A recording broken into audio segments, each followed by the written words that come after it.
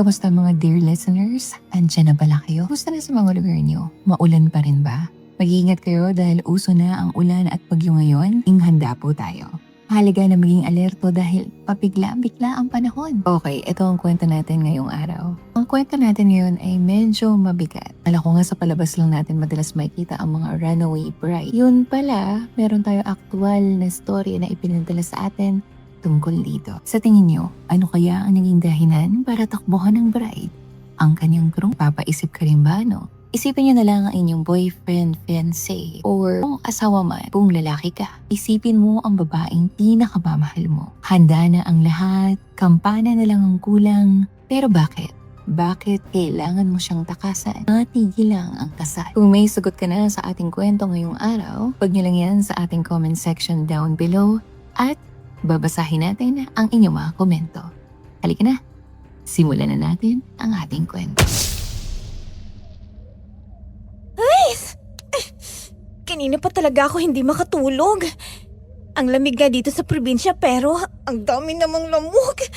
Useless pa rin. Ano yun? Tsaka, nasan ba si Mike? Bakit ako lang mag-isa rito sa kwarto niya? Mapuntahan nga sa labas. Medyo nauuhaw rin ako eh. Sigurado ka ba sa gagawin mo, Mike? Hindi ka ba magsisisi kapag inalay mo sa mga taga-bara yung magiging asawa mo? Siyempre naman, Diana. Nakakalimutan mo na bang nangako ako sa iyo noon na babalikan kita dito? At sa pagbabalik ko, patutunayan ko kung gaano kita kamahal. At eto, may dala akong tao. Ang pag-alay kay Rain sa lahi natin, ang isa sa mga paraan ko ng pagpapatunay sa iyong hindi kita kailanman tatalikuran. Shit! Ano? Gagawin lang pala niya akong pain para sa totoong mahal niya? Ano ba tong pinasok ko? Sino yan? Balikan mo na sa kwarto si Rain. Baka magising pa siya. Ako nang bahalang maghanda ng mga kakalanganin pa natin. Maraming salamat, Mike. Hindi mo alam kung gaano mo ako pinasaya ngayong gabi.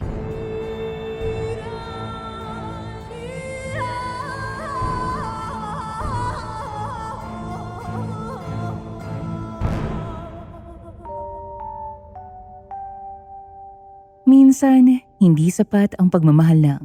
Dapat may kasama ring pagtitiwala para mas tumatag ang dalawang taong magkarelasyon. Kayo ba, dear listeners? Minsan niyo na bang na-encounter o narinig man lang sabihin sa inyo to ng inyong mga kakilala? Kung oo, ano kaya ang naging reaksyon niyo? Ano ang naging opinion niyo? Paki-comment naman sa ibaba at tiyak na babasahin ko kapag napili ang aking kwento na mai-ere dito sa Aswang Confessions. Maraming salamat po.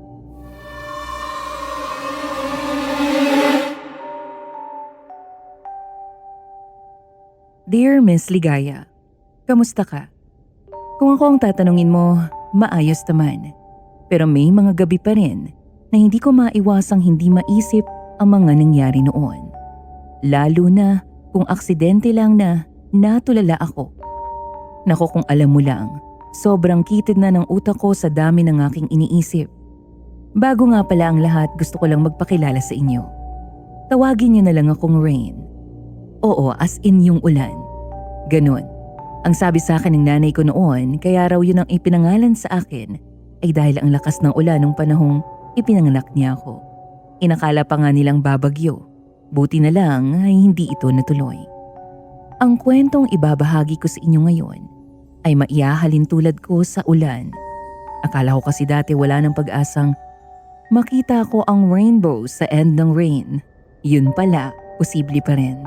Kasi sa mahabang panahon ng aking paglalakbay, unti-unti lang dumilim ang aking paligid. You know, I almost got married. Mike ang pangalan niya.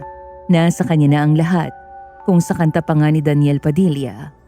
Pero ang hindi ko inaasahan, katulad ng Katniel, hindi rin pala kami panghabang buhay. Niloko niya ako, Miss Ligaya. Hindi lang pambababae ang kasalanan niya, kundi mas masakit pa sa pagkakaroon ng kabit ang ginawa niya sa akin. Kung gusto mong malaman kung tungkol saan ang kwento ko, halika, samahan niyo akong tunghayan ito hanggang dulo.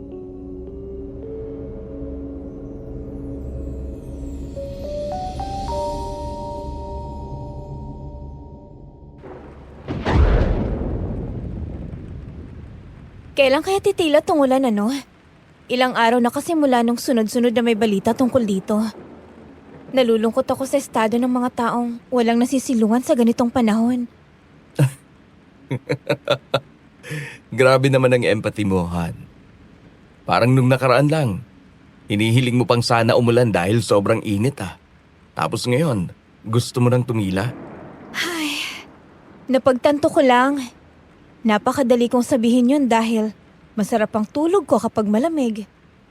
Pero hindi ko naiisip yung nararamdaman at kalagayan ng ibang tao. Lalo na yung mga nasasalanta ng bagyo. Pati na rin yung mga walang maayos na bahay na tinitirhan. Paano na sila, di ba? May punto ka naman, Han. Kaya nga mahalaga rin na pinag-iisipan mong mabuti ang hinihiling mo. Kasi malay mo, meron ka palang natatapakang ibang tao. You know what? Napaka-blessed ko talaga. Knowing that I have someone like you. Kasi balance tayong dalawa eh. May mga bagay na hindi sakop ng utak ko. The same with you. And we have this dynamic na hanggat kaya eh. Pinapaintindi natin sa isa't isa kung bakit kailangan mangyaring ganung bagay. I feel blessed too, Rain. Kaya nga tayo ikakasal, di ba? Dahil sa ilang taon nating magkasama, napatunayan nating compatible tayong dalawa. Totoo. Excited na nga akong tumila rin tong ulan para makibiyahe na tayo sa inyo. Medyo nalulungkot lang ako. Dahil hindi ko talaga makonvince na mama na pumunta sa kasal natin. Si Roman pa rin ba ang gusto niyang pakasalan mo? Nakakalungkot naman kung ganon. Kasi ginawa ko rin naman ang lahat para magustuhan nila, di ba, Han? Pero wala. Kung ayaw talaga, edi okay lang. Ang mahalaga naman para sa akin, yung tayong dalawa, di ba? Ikaw ba? Sigurado ka na ba talagang magpapakasal ka sa akin? Hindi na ba magbabagong isip mo? Siyempre hindi na. Kahit kailan. Ngayon lang ako naging sigurado sa isang tauhan. At sa'yo yun. Yung sa amin ni Roman, sinubukan naman namin eh. Pinagbigyan ko naman ang gusto ni Mama at ni Papa noon. Pero masisisi ba nila ako kung hindi talaga tumitibok ang puso ko para sa kanya? Kung ako yung dating Rain, siguro hindi ko na mararanasan na bumoses ng para sa sarili ko. Dahil ang gugustuhin ko lang kung anong gusto ng mga magulang ko para sa akin. Pero nakilala kita. At sa lahat ng mga taong nakapaligid sa akin, kahit yung mga taong sinasabi nilang tunay sila sa akin at kaibigan ako, hindi nila ako natulungan na ipagtanggol ang sarili ko.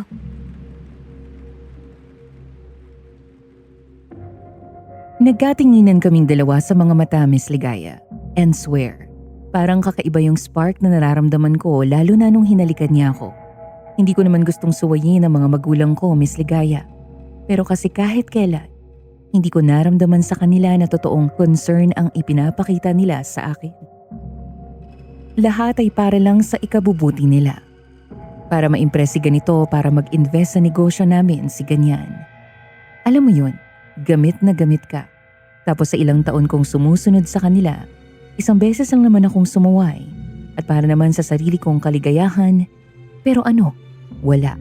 Nabaliwala lahat ng magagandang bagay na ginawa ko para sa aking pamilya. Ang tumatak sa kanila ay ang kaswailan ko raw, na hindi naman totoo. Kasi kung ikaw ang tatanungin, masama bang magmahal? Nakakalungkot lang kay Mike ko kasi nakita yon at naramdaman. Yung hindi lang kayo magkakasundo dahil yun ang gusto ng mga magulang nyo at hindi nyo kailangang maging performative masyado. Kasi kahit sa likod nilang lahat ay alam nyong masaya pa rin kayo sa isa't isa.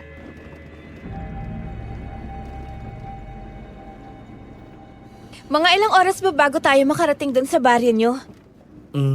Mga 6 to 8 hours. Kaya nga pinagdala kita ng kumot at unan para maging komportable ka habang bumabiyahe tayo. May signal ba naman doon, Han?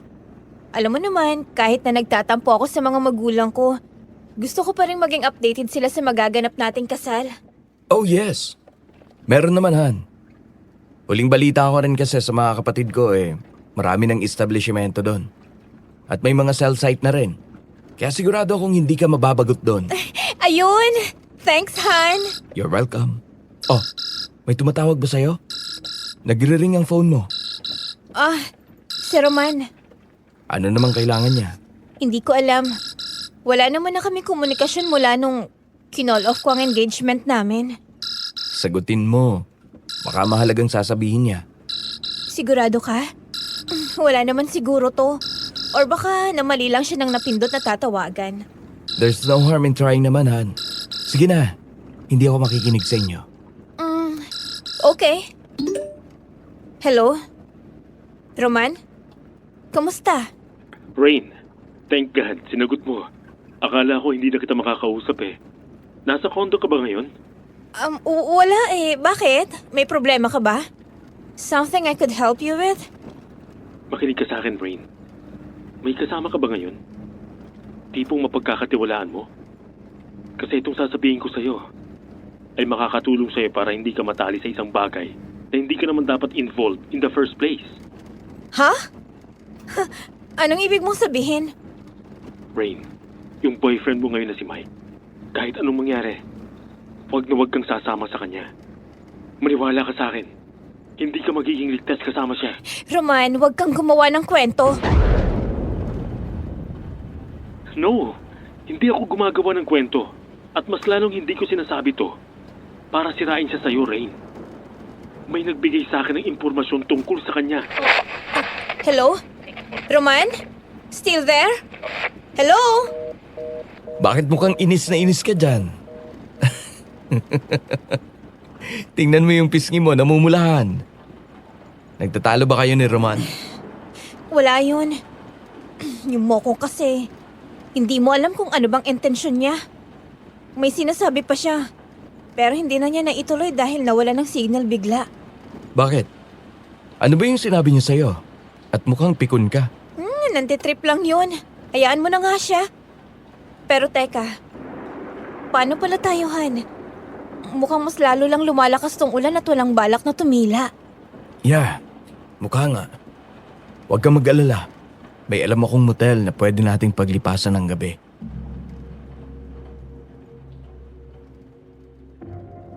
Hindi rin naman nagtagal ay nakarating na rin kami sa sinasabi niyang motel nung hapon na yon, Miss Ligaya. Sobrang lakas pa rin ng ulan. Pagbaba namin ng sasakyan, napansin kong walang ibang building na naroon maliban sa motel. Sobrang tahimik din ng lugar. Matutuliro na sana ako kung hindi lang ako inaya ni Mike na pumasok sa loob.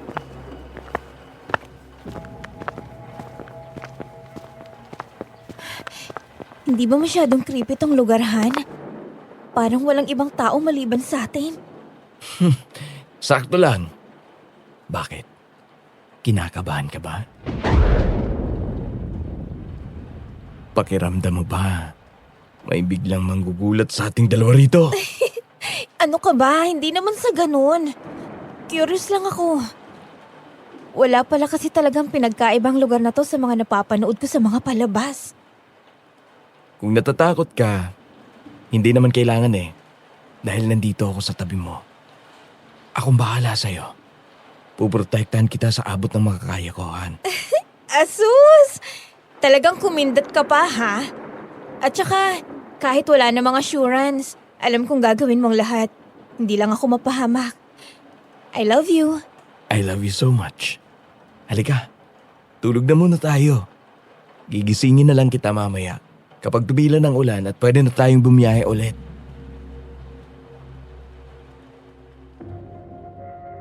That night, mahimbing ako natulog sa mga bisig niya, Miss Ligaya. I never felt safe with someone until Mike. Kahit nga kay Roman noon, hindi talaga. Kaya ang laking pasasalamat ko nung dumating si Mike sa buhay ko. Dahil pinaranas niya sa akin ang mga bagay na hindi ko inakalang pwede ko palang maranasan. Ilang oras din ang tinagal ng tulog naming dalawa. Kaya pagising ko, ramdam na ramdam ko ang lakas ng aking katawan. Hahanapin ko pa sana si Mike nang biglang bumukas ang pinto at iniluwanon si Mike na may dalang mga pagkain. Ang lapad ng ngiti niya habang tinitingnan ako na nagpangiti rin sa akin.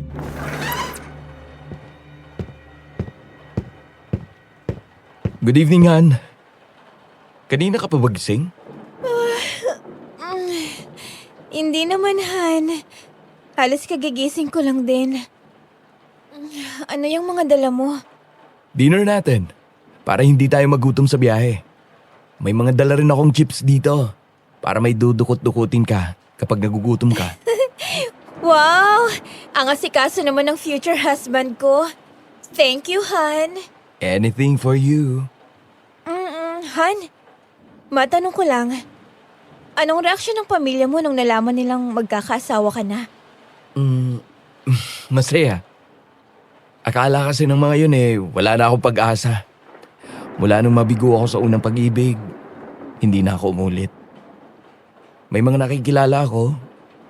Sinusubukan kong ipakilala sa kanila pero alam ko sa sarili kong hindi sila yung pangmatagalan ko. Kaya alam kong hindi rin kami magtatagal. Unang pag-ibig? You mean, nagka-girlfriend ka na pala noon? Tagasan siya? Taga sa inyo? Makikita ba natin siya pagdating natin dun sa baryo nyo?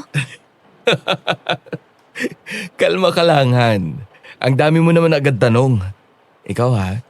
Nagsiselos ka, no? Selos ka dyan? Hindi, no? Nagtatanong lang ako. Kasi syempre, ikaw yung nagbukas ng topic na yan.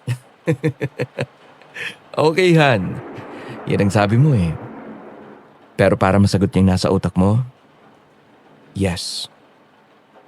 Taga dun siya sa baryo namin. Kung makikita ba natin siya, hindi ko alam. Mula naman nung naghiwalay kaming dalawa, wala na akong naging balita sa kanya. Baka nga may asawa at anak na yun Hindi ko lang alam, di ba? Matagal na rin kasi yun. I see. Hindi ka rin naman siguro marupok, ano? Baka pag nandun na tayo, tapos makita mo siya. Biglang bumalik ang nararamdaman mo para sa kanya, ha? What? I would never do that to you, Han. Ang swerte ko na nga sa'yo tapos ipagpapalit pa kita sa taong parte lang naman ang nakaraan ko. I'm not that cruel, Rain. Mas mabuti ng sigurado, Mike. Sana pala, hindi ko na inopen ang tungkol doon. Kidding aside, hindi naman ako gagawa ng bagay na alam kong posible kang masaktan, Rain. Mahal kita. Ikaw lang at wala nang iba. Mahal na mahal din kita, Mike. Let's eat.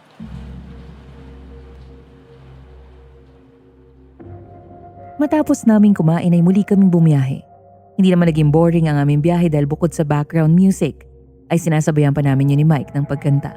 Medyo sumakit nga lang ang puwetan ko dahil ilang oras din akong nakaupo.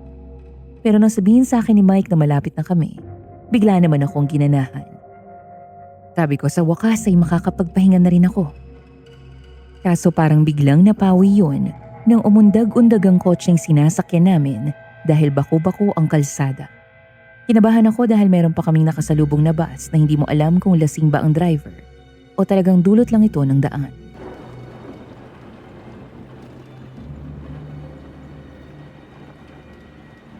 Kapit ka lang, Han. Sigsag na lang ang last nating dadaanan tapos nandun na tayo. Okay. Hindi naman ba tayo mapapahamak dito, Han? Hindi. Sanay naman akong dumaan dito. Lalo na pag umuwi ako. Kaya huwag ka mag-alala. Makakarating din tayo doon. Okay. Naniniwala naman ako sa'yo. Hay! Umuulan din pala rito. Di bale, malapit naman na tayo sa amin. Ang lamig. Ang hangin pala rito sa lugar nyo, Han. Malayong malayo sa syudad. Na kahit umuulan na parang napakainit pa rin. Well, ano magagawa natin kung parang walang pakialam ang mga tao sa paligid nila kung may mangyari man sa environment na kinabibilangan nila, di ba? May punto ka. Ay, parang gusto ko na lang dito manatili sa probinsya nyo, Han. Sure ka ba? Kasi kung ako lang ang tatanungin, yan din ang gusto kong mangyari. Total, nagugustuhan mo na rin naman dito at magpapakasal na rin naman tayo. Bakit hindi pa tayo magdesisyon na dito na lang tumira? Sige, pag-usapan natin yan pagkatapos na ng kasal. Kailangan ko rin mag-isip ng mabuti. Dahil may mga may iwan ako sa syudad. Wala namang problema sa akin yun, Han. Nandito na tayo! Gosh, bakit bigla akong kinabahan? Hindi naman bago sa akin na makihalubilo ko sa ibang tao. Dahil marami na rin ako nakikilala dati sa Manila. I am Rain Saavedra. Hindi dapat ako ang nai-intimidate ng ibang tao. Ready ka na bang harapin ang pamilya ko, Han? Naghihintay na sila sa'yo. Yeah. Yeah. Go! Buksan mo na tong pinto. Thank you sa pag-alalay mo sa akin. My pleasure.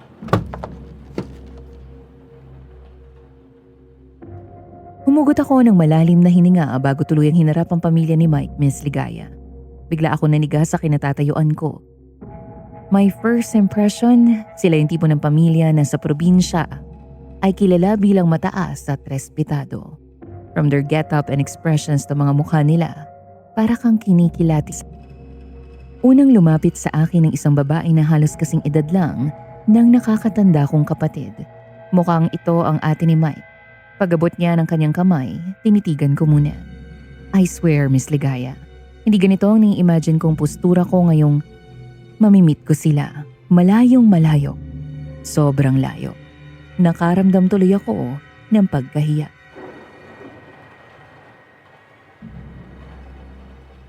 Kunin mong kamay niyan. Yes. Pasensya na po kung pinaghintay ko po kayo. Sadyang kinakabahan lang talaga ako. Unang beses ko kasing makakakilala ng pamilya ng boyfriend ko. Huwag kang mag-alala. Naiintindihan naman kita. Ako nga pala si Maika. Pwede mo akong tawaging Ate Maika o Maika kung saan ka mas komportable. Pangalawang kapatid ako ni Mike. Masaya akong makilala ka. Thank you. And mas gusto ko pong tawagin kang Ate Maika bilang respeto na rin dahil nakakatandang kapatid ka ni Mike. Ako naman po si Rain. From Manila. Ang cute mo, Han. Kahit naman hindi mo nasabihin kung taga saan ka, understood naman na yon. Still, Bago pa magkalimutan ang lahat, ipapakilala ko na rin ang sarili ko. Ako nga pala si Micro, ang kuya ni na Mike at Mike. Mabuti naman at nakarating kayo ng ligtas dito sa atin, Mike. Itong nobya mo, mukha siyang mabait. really? Salamat po. Na-appreciate ko po yun, Kuya Micro. Eto naman ang mga magulang ko, Han. Sina Mama Melanie at Papa Fernan. Ma, Pa, ang babaeng mapapangasawa ko, si Rain.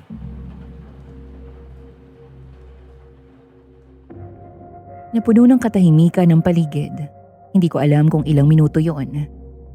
Kasi kahit na ipakilala na ako ni Mike sa kanyang mga magulang, pakiramdam ko ay hindi naman sila interesadong kilalanin ako. Kaya yuyuko na sana ako dahil nakaramdam ako ng pagkahiya na maramdaman kong may umakap sa akin.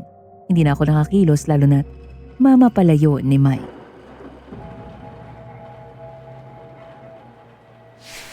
Welcome sa family namin, Iha. Salamat po, tita.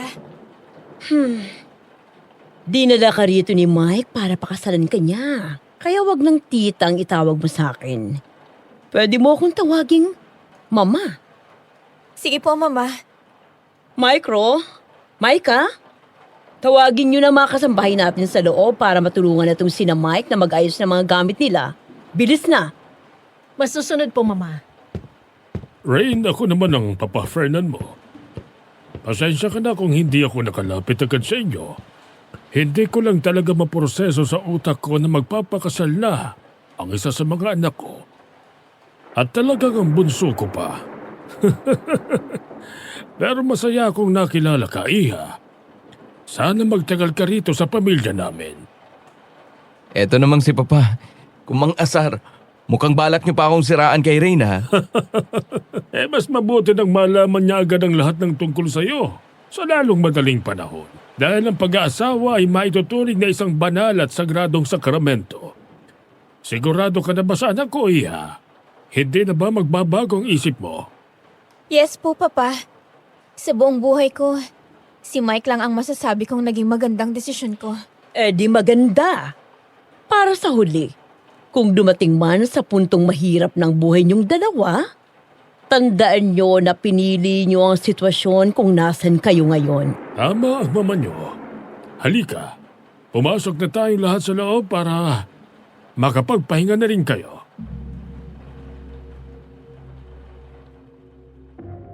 Lumipas ang gabing yun na naging mahimbing naman ang aking tulog sa kanilang bahay, Miss Ligaya. Na sa totoo lang ay masyadong nagpapanibago sa akin. Hindi kasi ako madaling nakakatulog sa bahay ng ibang tao at madali kong nararamdaman na namimiss ko na ang aking mga magulang. Pero iba ang kaso rito kina Mike. Masyadong naging magaan ang loob ko sa kanila. Mababait din kasi ang mga magulang niya at mga kapatid.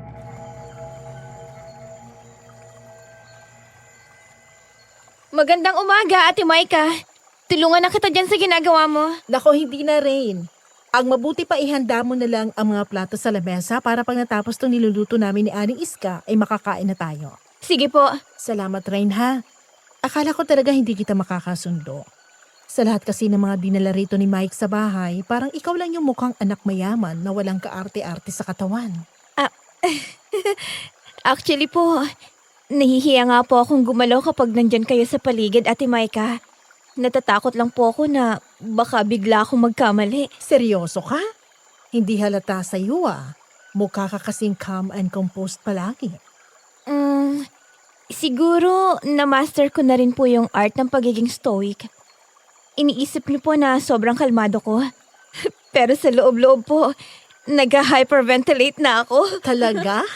Nakuha mo ko dun, ah. Hindi ko akalain na nahihiya ka pala sa amin.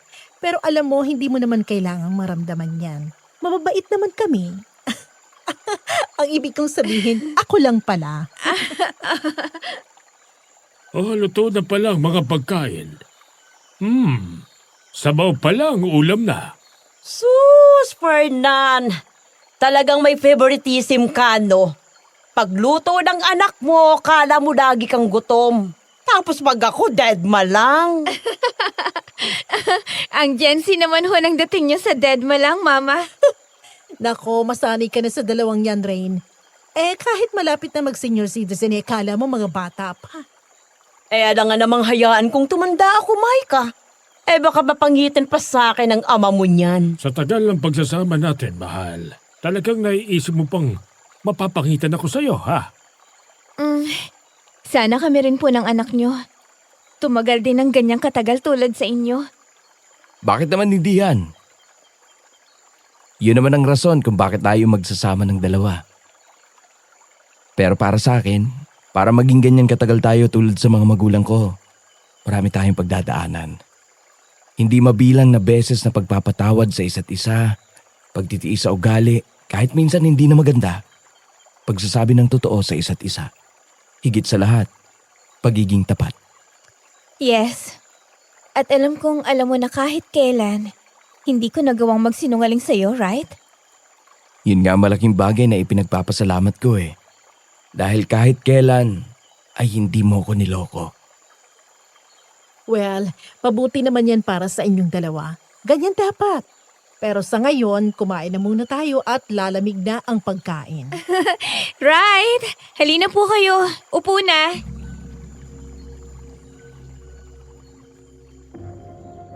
Isang gabi, biglang sumakit ang tiyan ko. Malala akong napamura, Miss Ligaya. Hindi naman ako magbabanyo pero talagang sobrang sakit ng tiyan ko. Alam mo yung parang dinukot ang mga intestine mo sa tiyan, tapos kinumos-kumos. Ganun siya kasakit. Hindi ko alam kung nakailang beses na ako ng pagbabanyo para magsuka. At sa totoo lang, hinang-hina na ang aking katawan. Hindi naman sa choosy ako sa pagkain na inihahanda nila rito sa bahay nila. Pero sa lahat kasi ng pagkain ay hindi ko nagustuhan ay ang luto ni Tita Melanie o Mama Melanie. Paano ko ba ipapaliwanag?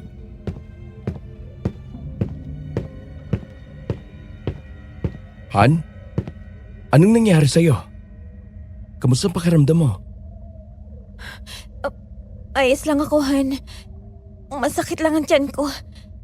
Dahil ba to sa kinain natin kanina? Bakit ka kasi pumayag na kainin yung niluto ni Mama? Hindi mo pa ba nakukuha yung hint na ayaw ka namin kumain ng niluluto niya?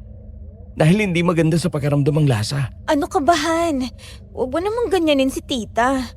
Pag narinig niya yung sinasabi mo sa akin to, sigurado akong masasaktan yun. Ayos lang talaga ako. Huwag mo na akong alalahanin. Pero mahiling lang sana ako. Sige, anong kailangan mo? Sabihin mo lang, ibibigay ko. Meron ba kayong pampahid?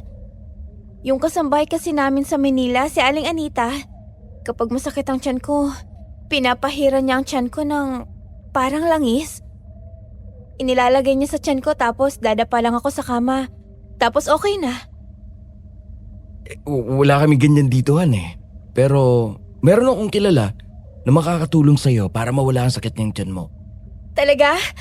Sino? Yung manggagamot dito sa baryo namin. Si Mang Juanito.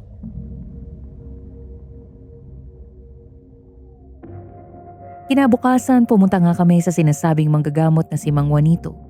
Pero maiba lang muna ako, Miss Ligaya. Habang naglalakad kasi kami sa baryo, ang daming nakatingin. Hindi naman sa hindi ako sanay sa titig ng mga tao sa akin. Kung syudad nga noon, kaliwat kanan ng mga taong ipinapakilala sa akin ng mga magulang ko na kasosyo nila sa negosyo. Dito, kakaiba. Para akong kinikilatis. Kung tititigan ako, ang lalim ng kanilang mga tingin. Wala naman akong kasalanan sa kanila. Medyo kinabahan tuloy ako kasi para akong may atraso. Nang hinawakan ako ni Mike sa braso para patigilin sa paglalakad, doon lang ako bumalik sa aking ulira.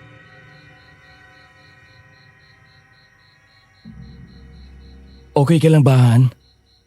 Parang wala ka sa sarili mo. Okay lang naman. Medyo masama lang kasi yung makatitig yung mga tao rito sa inyo. Ganun ba?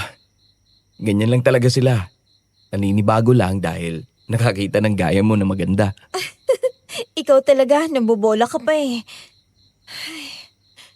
Pero alam mo, sana ganun nga lang no. Sana talaga, hindi dahil may galit sila sa akin o kung ano man. Bakit naman sila magagalit sa iyo? Eh kung wala ka namang ginagawang masama, huwag ka nang mag-alala dyan, Han. Okay. Sino yan? Mang Juanito. Ako to, si Mike. Oh, Mike, iyo. Ikaw pala yan. Kailan ka pa umuwi rito? Dito lang hong isang araw, Mang Juanito. Siya nga ho pala, may kasama ako sa Rain, ang mapapangasawa ko. Han, si Mang Juanito. Isa siya sa kilalang manggagamot dito sa baryo namin. Eh, mapapangasawa ba ka mo? Abay, hindi ko akalain na wala na pala kayo ni Diana. Ay buong akala namin siyang makakatuluyan mo. Iwanan na ho natin yun sa nakaraan, Mang Juanito. Matagal ko nang ibinaon sa limot ang kung anumang nangyari sa pagitan namin ni Diana. At sa Rain, siyang gusto kong makasama habang buhay. Habang buhay? Ay, nakukuha ko na. Ikinagagala kong makilala ka, Iha. Ganun din po ako, Mang Juanito. Halik kayo. Pasok sa loob.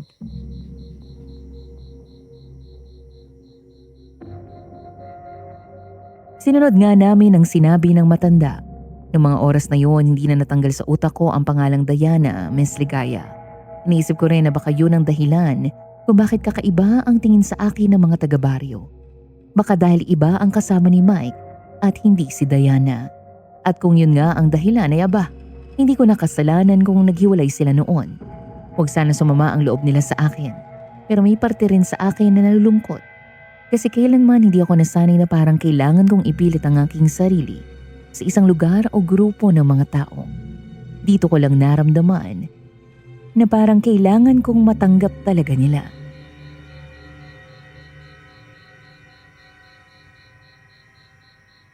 Ano palang problema at napadaan kayong dalawa rito? Kagabi po kasi ay sobrang sakit ng tiyan ni Rain, Mang Juanito. Nag-aalala ako dahil ilang beses na siyang bumalik sa banyo para isukang mga kinain niya.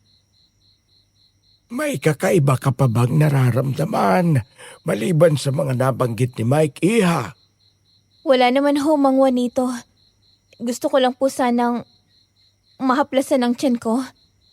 Tiniis ko lang pero hanggang ngayon, para talagang hinahalukay ang lamang loob ko. Meron ako ditong langis na galing sa ahas. Pwede mong gamitin. Tapos, magpagawa ka na lang kina Mike ng salabat para inumin mo. Sige po. Eto, ako na muna maglalagay sa iyo, Iha. Bibigyan na lang din kita ng bote nito. Pagka hindi tumalab, sabihan mo ko para makagawa ako ng panibago. Maraming salamat po, Mang Juanito.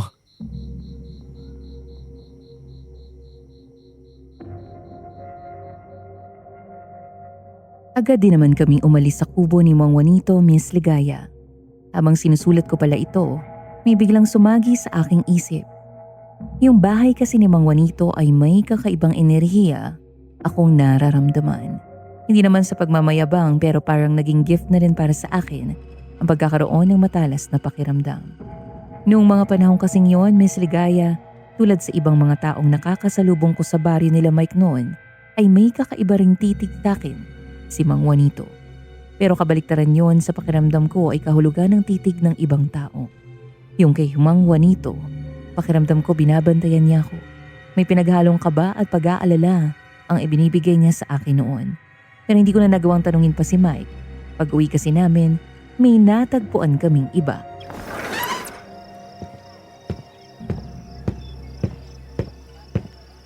Nandito na pala sila. Mike! Totoo ngang balita sa baryo. Nakauwi ka na. Dahan-dahan ka sa mga niyayakap mo, Diana. Hindi na kayo katulad ng dati. Kaya hindi pwedeng basta-basta mo nilang niyayapos ang kapatid ko. Pasensya na. Nadala lang ako sa nararamdaman ko eh. Ang tagal na rin kasi nung huli kami nagkita ni Mike, Kuya Mike Rowe. Sino siya, Han? Han? May mapapangasawa ka na? Oo, Diana. Siya si Rain. Nakakilala ko siya sa Maynila. Pero, Diana? Ikaw siguro yung nababanggit nila sa akin dapat na makakatuluyan ng fiancé ko. But, oh well, life goes on, ika nga nila. Nakamove on ka naman na siguro sa nakaraan nyo, di ba? Medyo selosa kasi ako eh. oo naman. Matagal na ako nakausad. Sadyang natuwa lang akong nakita ko na ulit yung lalaking minsang naging parte ng buhay ko. I see. That's great. Kung ayos lang sa'yo, pwede naman tayo maging magkaibigan eh. Hindi naman ako nangangagat. Mukhang mabigat siyang gusto mong mangyari, Rain Iya. Hindi ka ba natatakot na baka magkabalikan tong dalawa? Well, to be honest, natatakot po ako, Papa.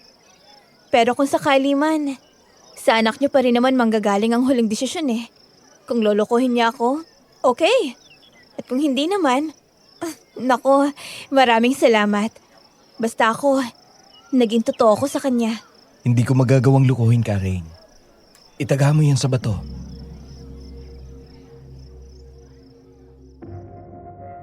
Niyakap at hinalik-halikan ko pa siya noon. Ramdam na ramdam ko kasi ang sincerity sa kanyang boses. Putya na lang talaga, Miss Ligaya. Binali yung sinabi.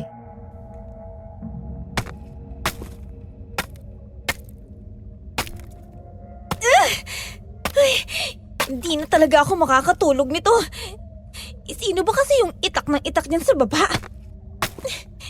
Teka, mapuntahan nga kung ano yung ingay na yun. Si Ate Maika at si Kuya Micro ba yung nag-uusap?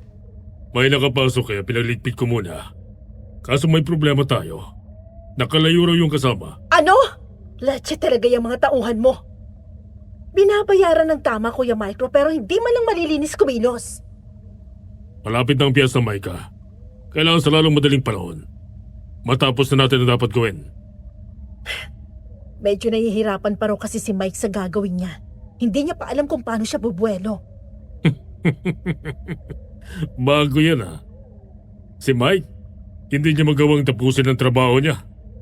Napakadali lang naman para sa kanya noon. Ano yung pinag-uusapan nila?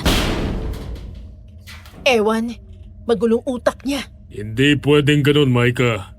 Kausapin mo yung kapatid mo. Dahil kapag sumabit tayo, ang pamilya natin ang mapapahamak.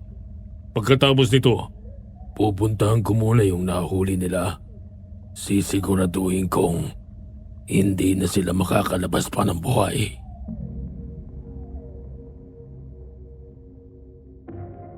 Natulog ako nung gabing yon na hindi mapakali sa aking higaan. Punong-puno ng kaba ang aking puso, Miss Ligaya. Hindi ko narinig ang huling sinabi ni Kuya Mikro pero alam kong hindi na rin maganda ang ibig sabihin noon. Isa pa yung pinag-uusapan nila ni Ate Maika tungkol kay Mike. Ano ang pinapatrabaho nila sa kanya? Sino yung nakapasok dito na niligpit nila? Kaya dahil sa narinig kong usapan nila naging alerto ko sa paligid. Hindi ko man pinapahalata pero nagsisimula na akong maghinala na may kakaiba sa mga kinikilos nila hanggang sa isang araw.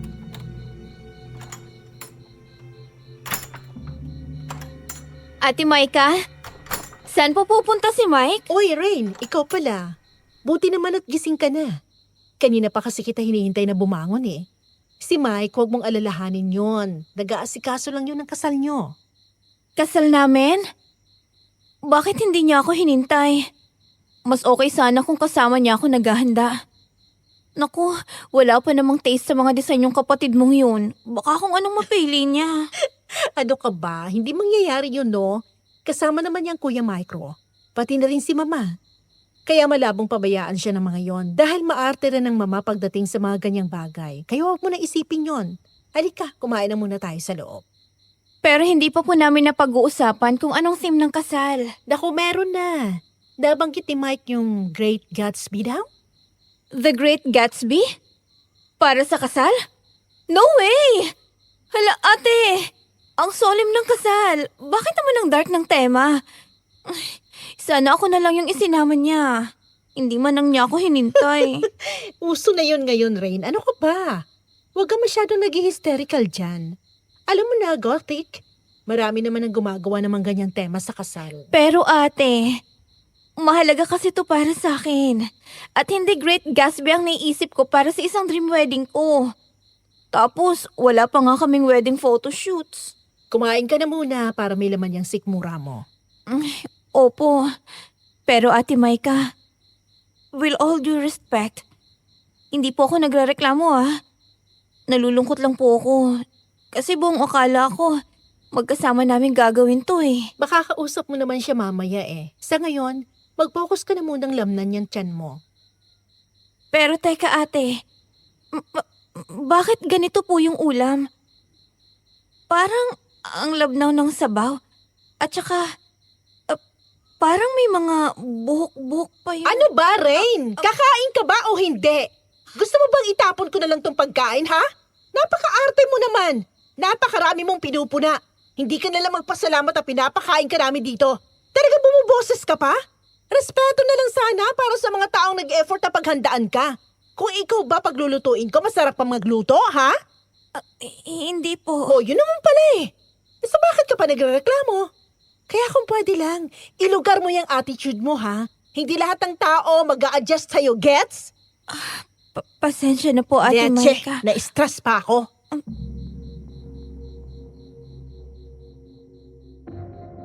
Yun ang unang beses na nasigawan ako sa tarang buhay ko. Yun din ang unang pagkakataon na nagalit sa akin si Ate Maika, Miss Ligaya. Gusto ko ngang palakpakan ang aking sarili kasi kinaya kong hindi umiyak sa kanyang harapan. Hindi naman ako tanga. Kuha ko naman ang punto niya. At hindi naman sa minamaliit ko kung sinong nagluto ng pagkain pero kasi kakaiba ang lasa. Hindi ko na nga lang pinahalata para hindi ako mapagalitan. Kaso talagang gusto kong iluwa lahat ng kinain ko, Miss Ligaya. Yung lasa po kasi parang hindi man lang niluto ng maayos. Ang daming buhok-buhok na sumasabit sa ngipin ko. Tas parang nasobrahan pa sa pagkamalansa yung sabaw ng hinigop ko. Surang-sura ako. Kinagabihan nga sinabi ko kay Mike yung naranasan ko. Pero ginulat niya ako sa sinabi niya.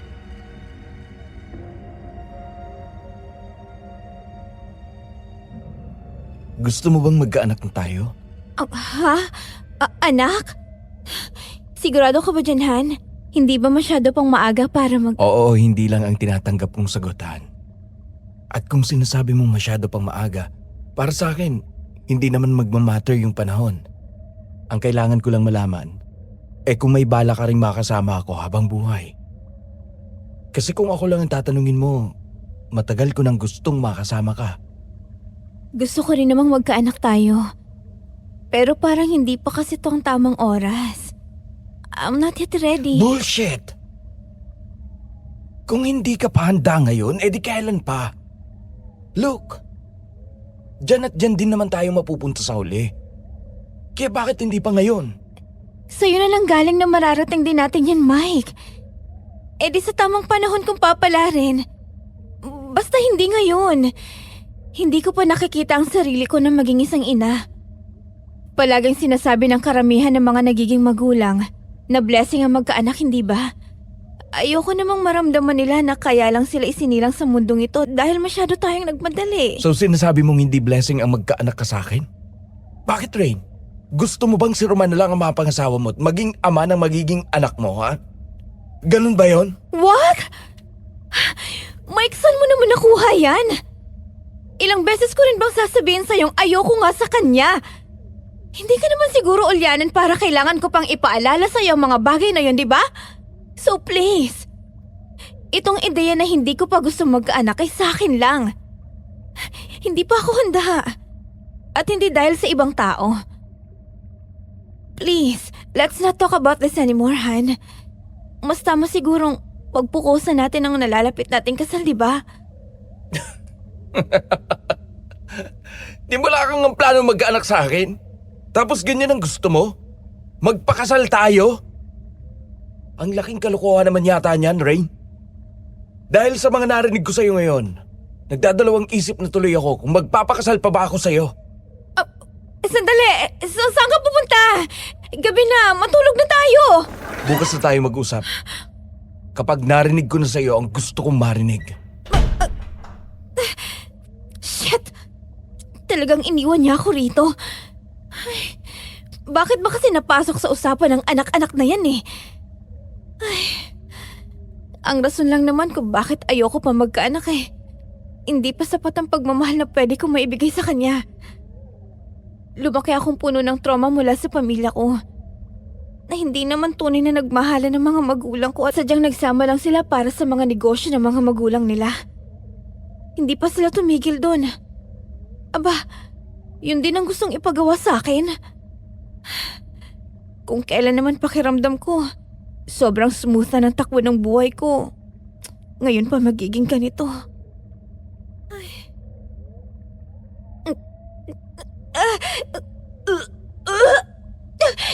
Aray! Ang sakit na naman ng tiyan ko. Bakit ganito na naman tong nararamdaman ko?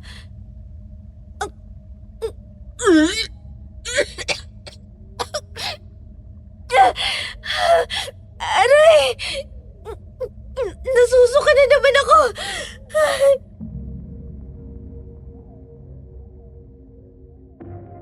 Ayoko man sanang bumaba sa kwarto ko ng 10 oras ng gabi, wala naman akong pagpipilian, Miss Ligaya.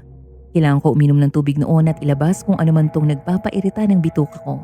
Pero ang totoo niyan, may idea na rin naman ako. Siguro dahil din yun sa pinakain sa akin ni Ate Maika. Bakit pa ba ako magugulat kung lasang hilaw yung pinakain niya sa akin, hindi ba?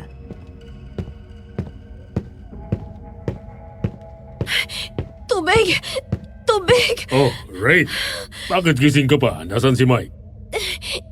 Kuya, masakit po kasi ang tiyan ko. Bakit nangangasing yung itsura mo? Halika, umupo ka rito sa upuan. Huwag kang gagalaw. Ako nang kukuha ng tubig mo. Salamat po.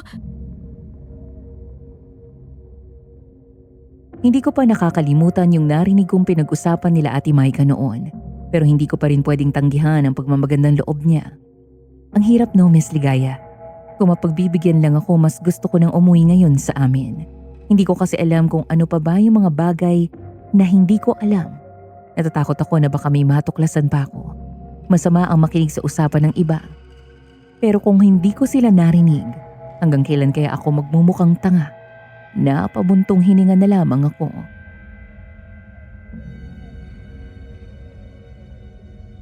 Oh, ito ng tubig mo, Rain.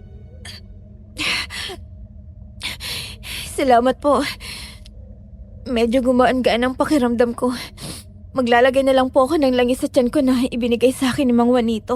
Ano ba kasing kinain mo at sumakit ang tiyan mo? Huwag po kayong magagalit sa akin, please. Bakit naman ako magagalit? Para nga yun ang iiwasan nating ipaluto rito kung sakali man dahil baka sumakit ulit ang tiyan mo. Ayoko po kasing pag nalaman niya ay ma-offend siya sa akin. Lalo na't nagalit po siya sa akin nung nagtanong lang naman po ako. Kasi po, yung niluto niya po sa sinabawang baboy, hindi ko po kasi alam kung anong tawag. Pero yun, para kasing hilaw. Yung kinain ko ang lansa. May mga buhok-buhok pa yung baboy. Posible naman siyang ma-open talaga pero hindi niya pwedeng itanggi ang katotohanan na pwede mong ikapahamak ang kung ano mang kakainin mo. Tulad nila ngayon, sumakit ang tiyan mo. What matters is that you're honest. Ang ipinagtataka ko lang bakit hindi ka inalalayan ni Mike papunta rito. Magiging mag-asawa na kayo. Dapat asikasuhin ka man lang niya. Nag-away po kasi kami. Umalis siya pagkatapos. Hindi ko alam kung anong oras siya babalik. O kung sa tabi ko man lang ba siya matutulog ngayong gabi. Ewan ko po, ang gulo niya. Malapit na lang ang kasal namin pero hanggang ngayon, hindi ko pa rin maramdaman. Parang ang tahimik. Pakiramdam ko sinasadya niya rin hindi ako maging parte ng preparasyon. Iniisip ko tuloy. Kung sakaling maglalakad na ako sa gitna ng altar, kung kasal ko ba talaga? Siyempre kasal mo. Kayong dalawa ni Mike ang ikakasal. Bakit naman ganyan ang nararamdaman mo? Alam mo, Rain, hindi naman sa nangingialam ako sa inyong dalawa. Pero, pagpasensyahan mo sana ang kapatid ko. Magulo talaga siyang tao. Hindi mo mahulaan kung anong tumatakbo sa isipan niya. Not unless, pagtuunan mo talaga siya ng pansin. He was built differently. Ang alam ko, wala rin kaming pagkakaiba. Pareho kaming tarantado. Kaya maniniwala ba sa akin kapag sinabi ko sa iyong salahin namin? Isang beses lang kaming magmahal ng totoo. Kung sino man yung taong yon, swerte siya. Dahil makakilala man kami ng ibang tao. Sila lang ang nasa puso't utak namin. Tingin ko ganun ka para sa kapatid ko. Kaya kung nag-away man kayong dalawa ngayon, naniniwala ako magkakaayos rin kayo. Palamigin niyo lang ang ulo ng isa't isa.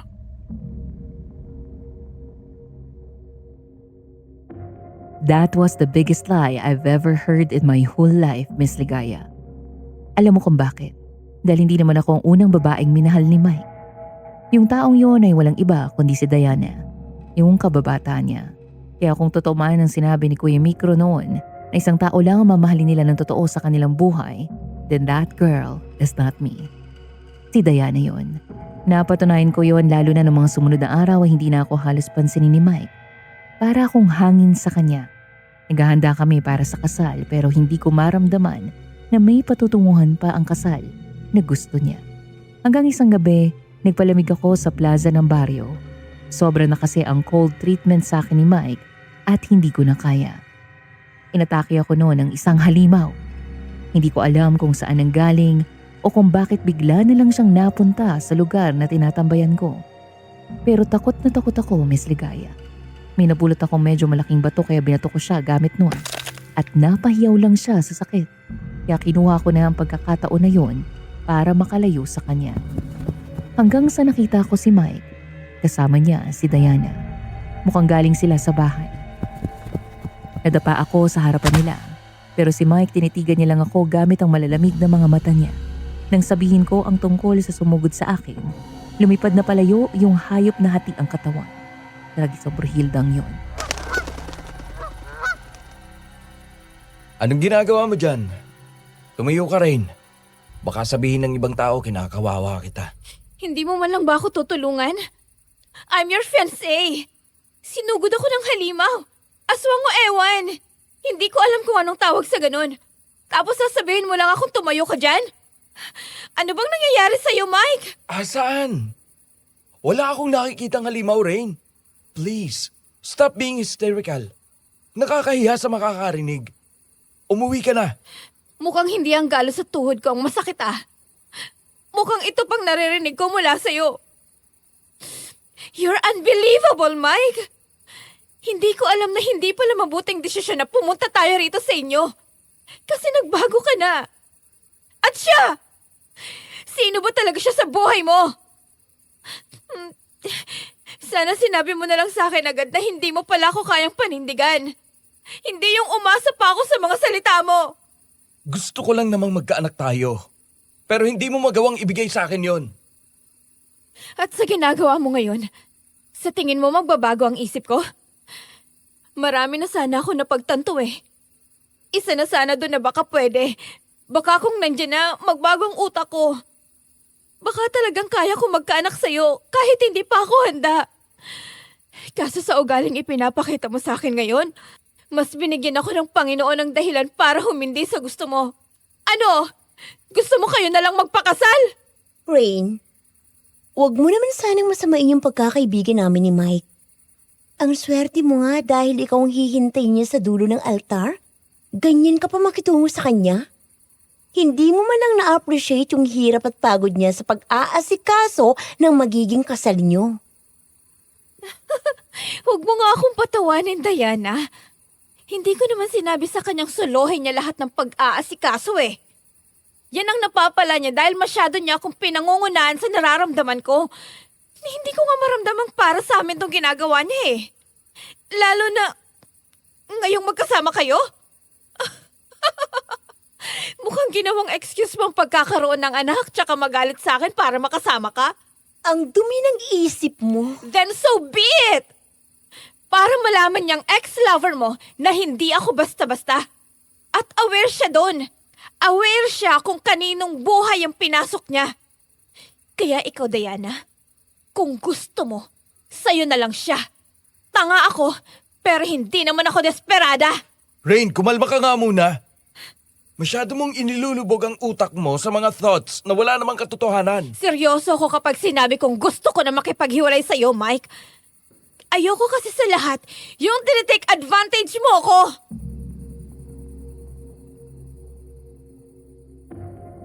Nakita ko ang gulat sa mga mata ni Mike ng mga oras na yon, Miss Ligaya. Mukhang hindi niya inaasahang sasabihin ko sa kanya yon. Hindi ko nga siya hinayaang makapagsalita. Tinalikuran ko na siya at umalis sa lugar na yon para umuwi sa kanila. Pagdating sa kwarto, ang lakas ng tibok ng aking puso. Hingal na hingal ako. Tapos pumasok na rin sa kwarto si Mike at hinila ako para makapagharap kaming dalawa. Anong sinasabi mong hindi mo na itutuloy ang kasal natin? Umayag ba ako, ha? Hindi ko kailangan ng permission mo sa kung anong gusto kong gawin, Mike. Kaya pwede ba? Bitawan mo ako. Nasasaktan ako sa pagkakahawak mo. Rain, naman. Ang layo na ng narating natin, no? Ngayon ka pa mabibitaw sa relasyon natin. Isang linggo na lang ikakasal na tayo. Maayos na ang lahat. Kaya hindi pwedeng magdesisyon ka na lang ng basta-basta nang hindi ko aprobado. Naririnig mo bang sarili mo? Hindi. Mali ang tanong ko. Nababaliw ka na ba, ha? Isang linggo na lang kasal na natin? Na hindi mo nga pinaramdam sa akin parte ako ng magiging kasal natin eh. Kung may sasabihin ka man na hindi dapat magdesisyon ng basta-basta lang, ikaw dapat yun, Mike, at hindi ako. At kung aalis ka, sa tingin mo, madali kang makakatakas dito, ha? Hindi kita ihatid sa Maynila, Rain. Eh di wag! Hindi naman ako bata para ihatid mo pa, no? Kaya ko ang sarili ko. May sasakyan ako. Baka nakakalimutan mong akin ang kotseng dala natin. At alam ko kung paano magmaneho kaya aalis ako sa ayaw at sa gusto mo. Ganon! E di ikukulong na lang kita rito para wala ka ng kawala. Hibang ka na ba?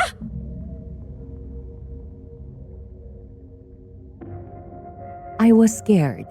Hindi nga kasi talaga siya nagbibiro, Miss Ligaya. Talagang pagkatapos kong sabihin yun ay tinalikuran niya ako. Saka lumabas ng pinto para ilak yun. Katok, sigaw, yun ang ginawa ko na halos mamagana ang kamao ko sa sobrang sakit. Namamalat na rin ang lalamunan ko dahil wala man lang nakakarinig sa akin. Hindi pa doon natapos ang lahat. Dahil sa labas ng bintana ko may naririnig akong kakaibang ingay. Parang may gustong pumasok sa loob ng kwarto namin ni Mike dahil halos masira na ang bintana, kakauyog. Kasunod noon ay ang pagbagsak ng kung ano sa bubong. May mga kakaibang ingay ako naririnig na mas malapit. Nabanggit ko ba sa inyo aware ako sa mga klase ng ingay na ginagawa ng mga aswang? Dahil ang lola ko sa mother side ay isang albularya sa isang probinsya. At ang kwento niya sa amin noon ang tungkol dito nung kami mga bata pa. Kaya alam ko na kapag malapit ang ingay na yun, ibig sabihin, nandito lang ang aswang.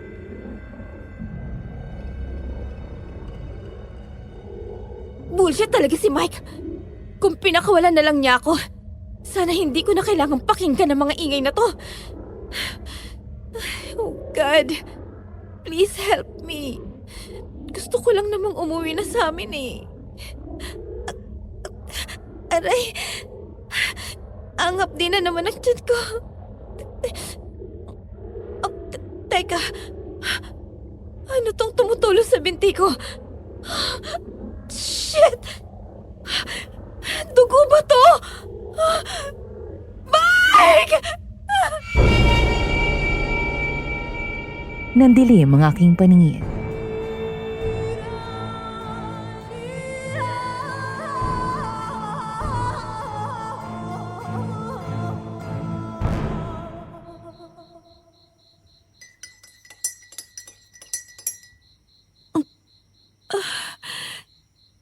Nasaan ako? Rain, iha. Mabuti naman at nagising ka na. Kamusta ang pakiramdam mo? Mang Juanito? Bakit po ako nandito? Rain, natagpuan ka naming walang malay sa kwarto mo. Di namin alam ang gagawin namin. Kaya dinala ka namin dito kay Mang Juanito. Naisip namin na baka siya lang ang makakatulong sa'yo. May hinanda akong salabat para sa iyo, iha. Ano bang nangyari? Hindi ko po alam. Basta may nakita lang po akong dugo sa hita ko. At ayun, nahimatay ako. Takot po kasi ako sa dugo, Mang Juanito. Kaya ayoko nakakakita nun. Buti na lang naagapan namin. Kasi kung hindi, baka kung ano nang nangyari sa'yo. Hindi kasi nag-iisip si Mike. Kuya, dederechahin na kita. Alam kong naging mabuti kang tao sa akin. Kayo ni na Ate Maika.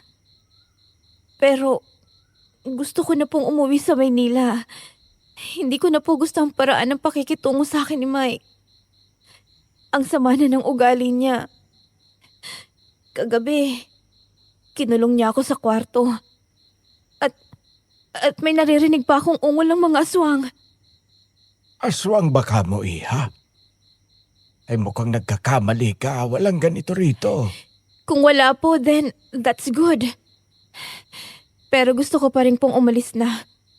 Parang hindi na rin kasi nakakabuti para sa akin kung mananatili pa ako rito. Wala akong peace of mind. Lalo na mukhang hinatid ko lang rito si Mike para panoorin kung paano sila magkabalikan dalawa ni Diana. Asensya ka na rin. Kung pangit ang trato sa'yo ng kapatid ko. Minsan kasi talaga hindi niya ginagamit ang utak niya. Well, kung yun ang gusto mong mangyari, pwede naman eh. Gusto mo bang ipatid kita sa kanya? Ay, hindi na po. Yun nga ang dahilan kung bakit niya ako ikinulong sa kwarto kagabi. So, wala nang rason para magpatid pa ako sa kanya. Okay, sige. Halika. Bumalik na lang tayo sa bahay para makapag-ayos ka na. Pag-uwi namin sa kanila, natagpuan namin si Ate Maika na natatarantang palakad-lakad sa sala. Nakayoko at parang wala na naman sa sarili si Mike. Nang tuluyan na kaming makapasok, nagtama ang paningin namin ni Ate Maika at dali-dali niya akong nilapitan para yakapin. Hala, Rain! Buti naman okay ka lang. Nag-alala kami sa'yo. Pabalik na raw siya ng Maynila, Mike. Pero bakit? Malapit ang kasal nila ni Mike May problema ba? Hindi mo ba siya nakausap tungkol sa gusto mong mangyari para sa kasal? Hindi ko po kaya makipagplastikan. Knowing na hindi naman talaga ako ang totoong gusto niyang makasama sa buhay. I won't settle in that kind of situation, Ate Maika. Anong nangyayari rito? At bakit ang putla ng itsura nitong si Rain? Maika, Mike? Han, patawarin mo ako. Hindi ko sinasadyang sabihin sa iyo ang mga bagay na yon. Hindi ko naman talaga kayang mawala ka sa akin eh. Kung hindi ka ba naman sira ulo, anong kapalpak ka na naman to, Mike? Nadala lang ako ng emosyon ko, ate. Hindi ko naman ginustong ikulong siya kagabi sa kwarto. Ayaw niya kasing magpakasal sa akin. Talagang aayaw ako kung mas pinaparamdam mo sa akin na mas gusto mong kasama ang ex-girlfriend mo kaysa sa akin fiancé mo. At anong sinabi mo sa akin? Inaayos mo ang kasal natin? Na isang linggo lang, kasal na natin? Pero sinong kasama mong naghahanda nun? Siya! Bakit hindi na lang kayo magpakasal kung ganun? Mike, iho. Hindi kita pinalaking ganyan. Ikaw ang nagdala rito kay Rain kaya dapat inaasikaso mo siya with all your might. Ano bang nangyayari sa'yo? I'm sorry po talaga, Tito, Tita, Ate Maika, Kuya Micro. Pero kasi, ang ayoko po talaga sa lahat ay yung hindi ako nire-respeto. Tapos sinasabi pa po sa akin ni Kuya Micro, ang tungkol sa pagmamahal nyo sa iisang tao lang buong buhay nyo. Na kahit mapalitan man sila, hindi na magiging tulad noon ang pag-ibig nyo. At sa nakikita ko, hindi ako yun para sa anak nyo, kundi si Diana. Rain, hindi ganun yon. Pakinggan mo naman ako. Pinapakinggan naman kita. Pero ako, Mike, nagawa mo ba yun sa akin, ha? Kahit maging sensitive ka man lang sa nararamdaman ko bilang magiging asawa mo. Walang mag-ex na magkaibigan. At kahit in good terms pa kayo naghiwalay, karapatan ko pa rin na pagbawalan ka makihalubilo sa kanya. Dahil hindi ako komportable, pero ano? Ako pa ang minasama nyo. Ako pa ang nagmukhang kabit mo. Alam mo, mahal na mahal kita. Alam mo kung anong sinakripisyo ko para sa'yo. Pero sinayang mo lang ang lahat ng yun. I'm sorry, pero ayoko na talaga. Tama na yan. Sige na. Gumayak ka na't baka gabihin ka pa sa daan. Salamat po, Kuya Micro. Maraming salamat po ulit sa pamilya nyo. Pero ayoko na po.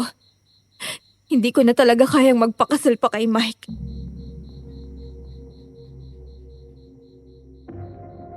Pero hindi pa rin talaga ako makakatakas. That day nasiraan ako ng sasakyan sa may gubat. Wala akong mahingaan ng tulong dahil wala namang kakubo-kubo sa lugar na yun. Hanggang sa malakas na dumating ang ulan. Takot na takot ako, Miss Ligaya. Nang sumapit ang dilim, wala na akong ibang marinig kundi mga kuliglig. Hinampas ko ang manibela ng sasakyan sa sobrang frustration na nararamdaman ko.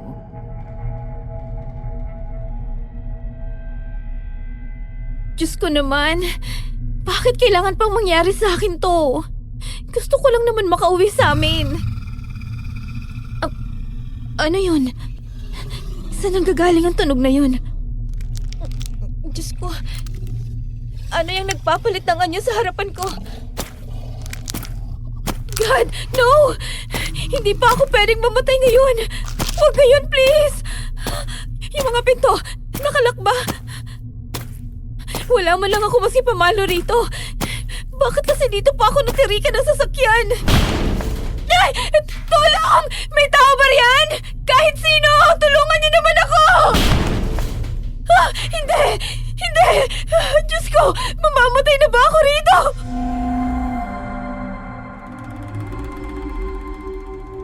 Impit akong napasigaw nang tuluyang masira ng halimaw ang bubong ng sasakyan ko, Miss Ligaya.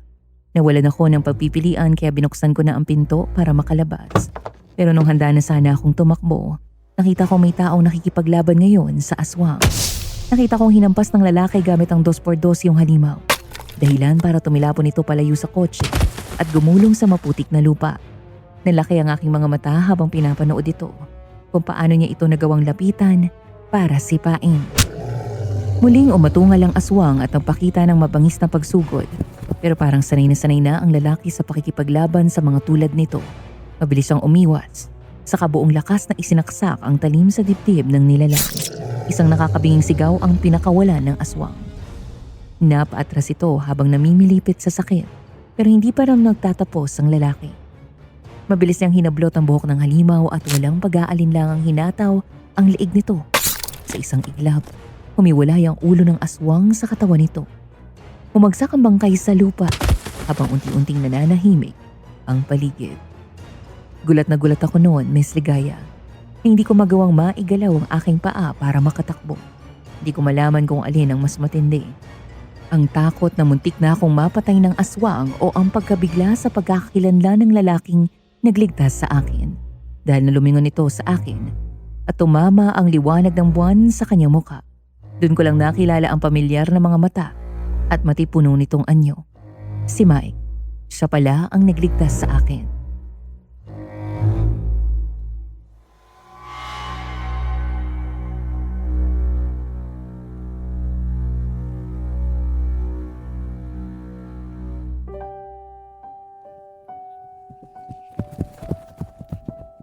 Han, kamusta ka na?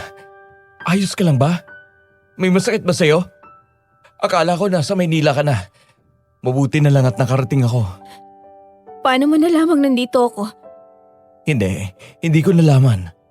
Baala ko talagang sundan ka ngayong gabi sa Maynila. Ang dami kong realization sa mga nangyari sa atin. Isa na doon, yung hindi ko dapat pinaramdam sa'yo na baliwala ka. Ikaw ang mapapangasawa ko. Kaya dapat ikaw ang priority ko imbes na ibang tao. Takot na takot ako, Mike. Hindi ko alam kung anong gagawin ko.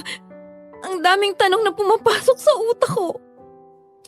Isa na dun kung paano kung hindi na ako makauwi sa amin.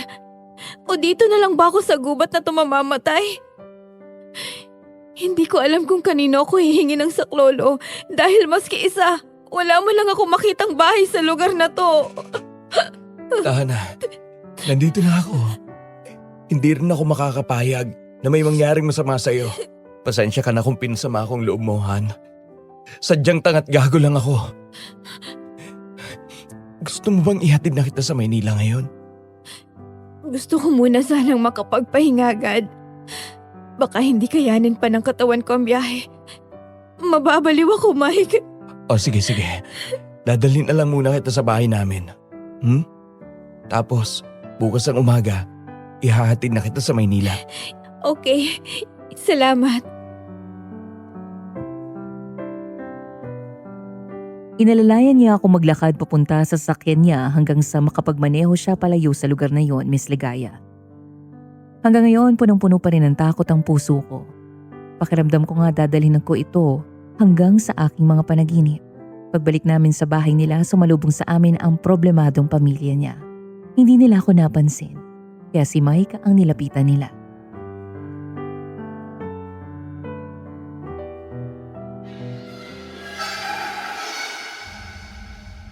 Bakit bumalik ka kaagad? May problema ba?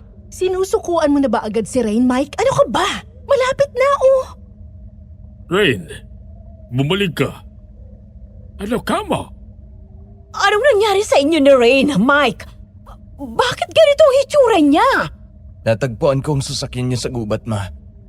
Nasiraan siya. Buti na lang nakasunod ako. Kasi kung hindi... Oh my God! Buti na lang talaga, Mike. Dahil kung hindi ka nakapunta doon, baka may masama na nangyari kay Rain. Halika, Iha. Maupo ka muna rito. Maraming salamat po. Usap muna tayo, Mike. Dito ka muna, ha. Babalikan kita. Okay, May sugat ka ba, Rain? Sana masakit sa'yo. ayos lang po ako.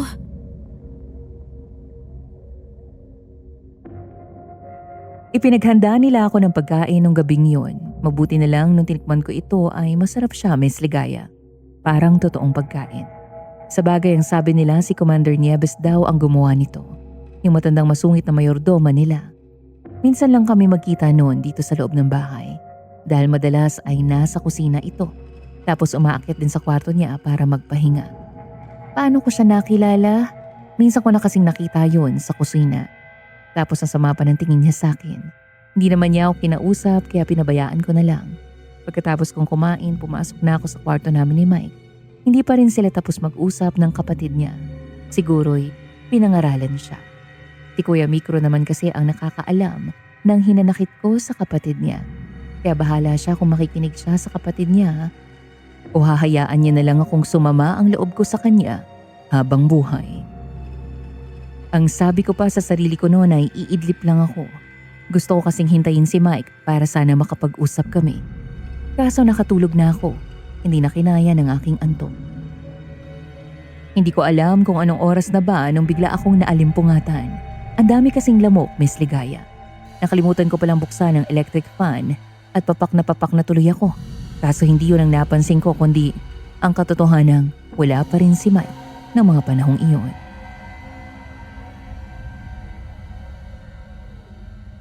Ay, mukhang hindi pa yata ako makakatulog nito. Ang lamig nga dito sa probinsya. Pero ang dami namang lamok. Useless pa rin. Ano yun? Tsaka, nasan ba si Mike? Bakit ako pa rin ang mag-isa rito sa kwarto niya? Mapuntahan nga sa labas. Medyo nauuhaw rin ako eh. Teka, boses ni Diana yun ah. Bakit nandito siya sa bahay ni na Mike? Sigurado ka ba sa gagawin mo, Mike? Hindi ka ba magsisisi kapag inalay mo sa mga taga-baryo magiging asawa mo? Siyempre naman, Diana. Nakalimutan mo na bang nangako ako sa iyo noon na babalikan kita rito? At sa pagbabalik ko, patutunayan ko kung gaano kita kamahal. At eto, may dala akong tao. Ang pag-alay kay Rain sa lahi natin, ang isa sa mga paraan ko ng pagpapatunay sa iyong hindi kita kailanman tatalikuran. Shit! Ano? Gagawin lang pala akong pain para sa totoong mahal niya. Ano ba tong pinasok ko? Sino yan? Balikan mo na sa kwarto si Rain. Baka magising pa siya. Ako nang bahalang maghanda ng mga kakailanganin pa natin. Maraming salamat, Mike. Hindi mo alam kung gaano mo ako pinasaya ngayong gabi.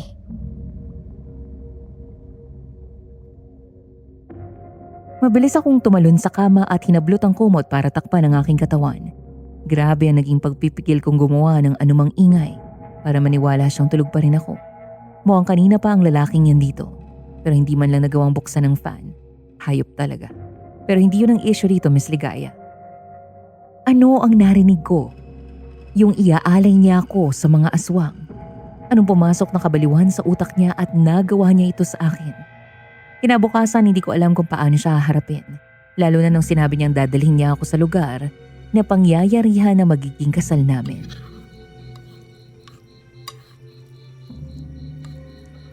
Pwede ba tayong mag-usap bago ka umalis, Han? Wala naman na tayong dapat pag-usapan. Ayoko naman ang ipilit ang sarili ko sa'yo. Rain, mahal kita. Mahal din naman kita eh. Pero sinayang mo ang pagkakataon na binigay ko sa'yo. Sinaktan mo ko sa mga naging actions mo, Mike. Alam mo naman kung gaano na ako kahandang pakasalan ka, di ba? Tapos ganito ang gagawin mo sa akin? Alam ko. Kaya nga gusto kong bumawi sa'yo. Kaso huli na eh. Ayoko na. Ikakasal na tayo sa makalawa, Rain. Bakit naman ngayon kapag gumanyan? At sinabi ko sa'yong ayoko na, di ba? Na hindi ko na kayang manatili pa sa tabi mo. Okay. Kung yan ang gusto mo, sige. Naiintindihan ko.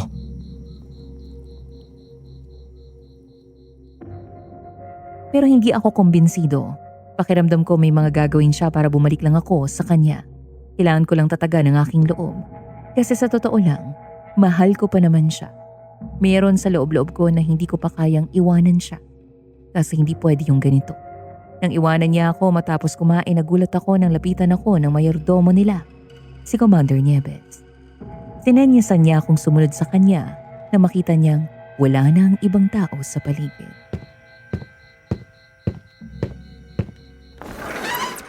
Commander, bakit niyo po ako pinasunod sa inyo? Ipahid mo itong lagi sa buong katawan mo, Rain. Tsaka tayo mag-uusap. Opo. Ay, hindi ko akalaing muli ko na namang gagawin to para sa isang babaeng hindi ko alam kung makikinig ba sa akin kapag narinig ang sasabihin ko. Tapos na po. Umupo ka sa upuan, Iha. Hindi na ako magpapaligoy-ligoy pa. Umalis ka na sa lugar na ito. Ho? Pero, bakit?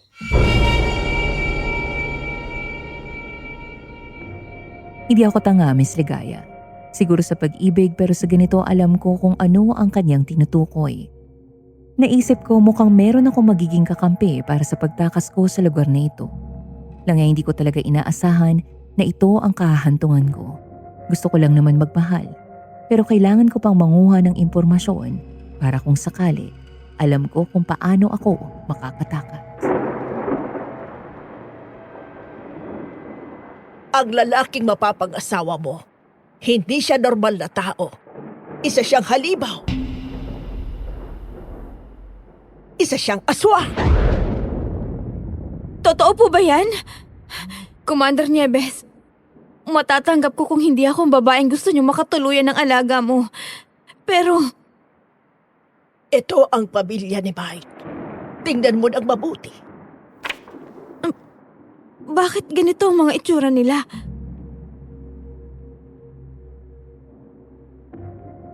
Nang mapatingin ako sa mga litrato para akong binubuhusan ng malamig na tubig, Miss Ligaya.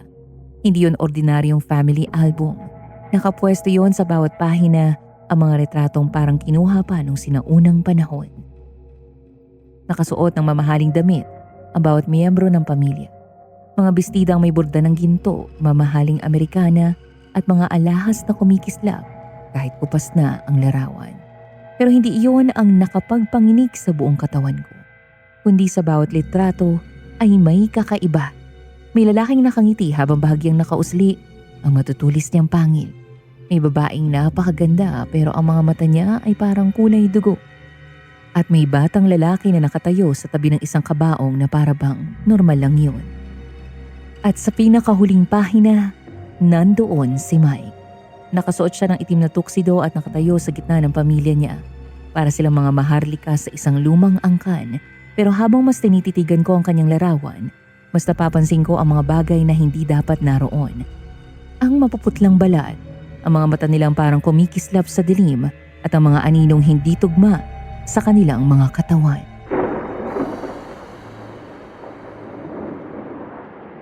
Ang kanila ang isa sa pinakamayaman at pinakamatandang lahi ng mga aswang sa buong bansa. Mga negosyante, politiko, doktor. Nakahalo sila sa mga tao kaya walang naghihinala. Hindi. Imposible. Kaya nga ayaw ng mga magulang ko kay Mike dahil hindi naman siya galing sa mayamang pamilya. Hindi pa yan ang pinaka nakakatakot, Iha. Diyos ko po. Yan ang tunay na mukha ng pamilyang papasukan mo.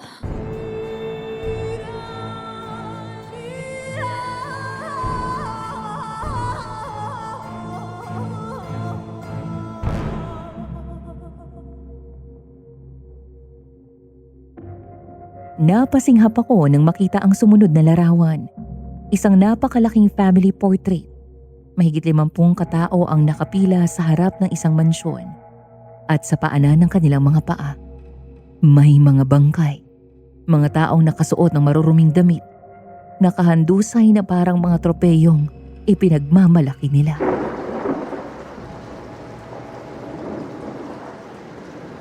Kaya gayon pa lang sinasabi ko na sa iyo. Tumakas ka na hanggat may oras pa. Kung ganun, bakit hindi niyo po ako sinabihan kagad? Bakit tuwing nakikita niyo po ako, parang hangin lang ako sa paningin niyo? Kung ganito ho pala kalala ang pamilya niya, bakit parang wala lang sa inyo? Bakit nandito pa rin kayo? Dahil umaasa akong magbabago pa si Mike. Mabait siyang bata. Pero masyado siyang inabuso ng mga magulang at mga kapatid niya. Nadawalan siya ng pagpipilian kundi ang sumunod sa kanila. Pero alam niyo pong mali. Ay, hindi na po ba siya magbabago? Hindi na. Teka, sino po tong mga babae na to? Kumunot ang noo ko nang makita ang sunod-sunod na litrato ng iba't ibang babae. Magaganda, bata, at halos kaedaran ko lang. Mga babaeng ipinakilala ni Mike sa pamilya niya sa nakalipas na mga taon. Ito ba yung tinutukoy niyang mga naging nobya niya noon? Oo, Pero sabihin niyo po sa akin, buhay pa naman sila hanggang ngayon, di ba? Ang iba, oo. Ang iba? Ang iba, hindi na.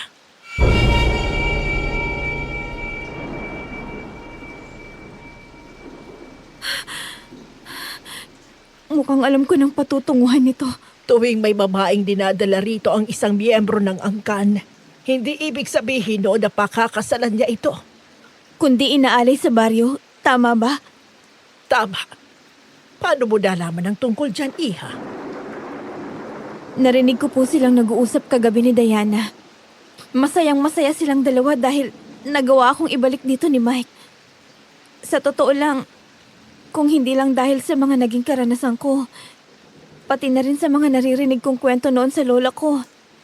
Hindi sana ako maniniwalang totoo ang mga aswang. Pero nakita yun ng dalawang mata ko. Ang buong akala ko pa nga, ang baryo lang na to ang mamamayan ng mga aswang. Nagkamali ako. Pati pala itong lugar mismo na kinalalagyan ko ay napapalibutan ng mga halimaw. Kahit kailan ay mapapel si Diana. Normal siguro dahil alam niyang lugar niya sa buhay ni Mike. Pero hindi rin yun magtatagal. Naniniwala ako doon. Iha, alam mo ba kung bakit hindi pa rin umepekto sa iyo ang mga pinapagawa nila? Bakit hindi ka nila makontrol? Bakit po? Dahil hindi gamot ang ipinapahid sa iyo ni Mang Juanito. Naalala mo ba yung mga langis na ibinibigay sa iyo ni Juanito? Ang totoo niyan, sa pagkain ng mga aswang magsisimula ang lahat. Na kapag nagsimulang sumakit ang tiyan mo at makapagpahid ka ng langis galing kay Juanito, ay hindi mo na hawak ang buhay mo. Sila na ang nagmamay-ari nito. Ho? Kaya pala ako pinupurga ng mga pagkaing malalansa. Kahit kailan, hindi ko nagustuhan ang lasa noon. Hindi naman madaling sumakit ang tiyan ko kahit anong pagkain pang kainin ko. Pero iba to. Hindi ko alam na planado na pala talaga nila ang lahat ng ito. Para saan po ang langis? Proteksyon yon. Para saan naman po? Kung hindi dahil sa langis na yon, matagal ka nang sumusunod sa bawat utos ng pamilyang ito. Kung ganun, bakit niyo po ako tinutulungan? Dahil sa wada akong makakita ng mga inosenteng namamatay. At dahil sa lahat ng babaeng dinala rito, ikaw lang ang may pagkakataong makatakas.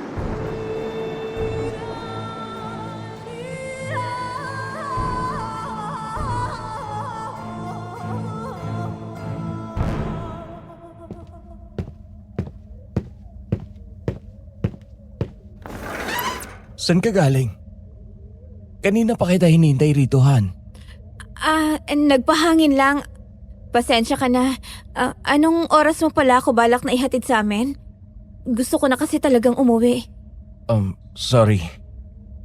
Pero pwedeng bukas na lang? Promise, ihahatid na talaga kita. Pinacheck ko pa yung makina ng sasakyan ko eh. Nagkaroon kasi ng sira eh. Natatandaan mo naman ang nangyari sa gubat kahapon, di ba? Hindi ko lang gusto na mapahamak ka ulit. Upo ka muna, Han. Tingnan mo tong bestida na ibibigay ko sa'yo. Ano to? Trahe di boda? Bakit kulay itim naman to? Tapos may mga pabulaklak pa. Eto kasi sana ang gusto kong ipagamit sa'yo sa araw na magiging kasal natin. Bagay na bagay sa'yo. Nahihibang ka na ba talaga, Mike? Black gown for our wedding? Para mo namang dinisrespect ang simbahan yan. Wedding gowns should be white. Anong gusto mong iparating sa magiging kasal natin? Hindi naman tayo sa simbahan magpapakasal eh. Mas ingrande sana kung sa gubat. Ayaw mo nun? Magiging unique ang kasal natin kung sakali. Wala na akong masabi. Alam kong sinabi mo na sa aking ayaw mo na. Na hindi mo na kaya. Naiintindihan ko yon.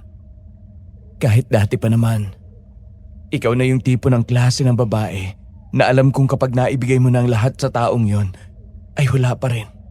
Hindi ka na ulit nagbibigay ng pagkakataon. Mabuti naman dahil alam mo.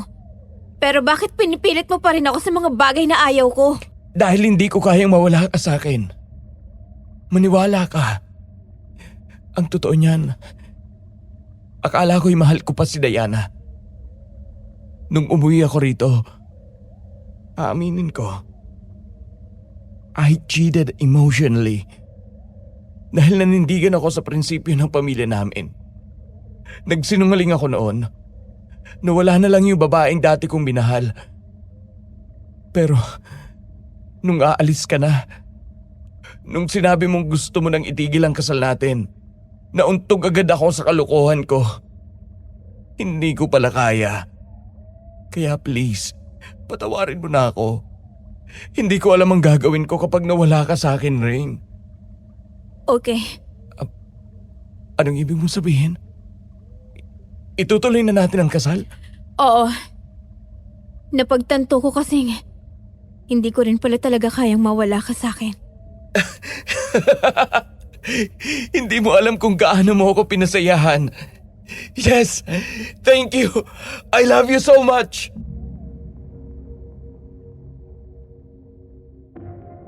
Hindi ko inakalang naging ganun lang kadali para sa akin ang lahat.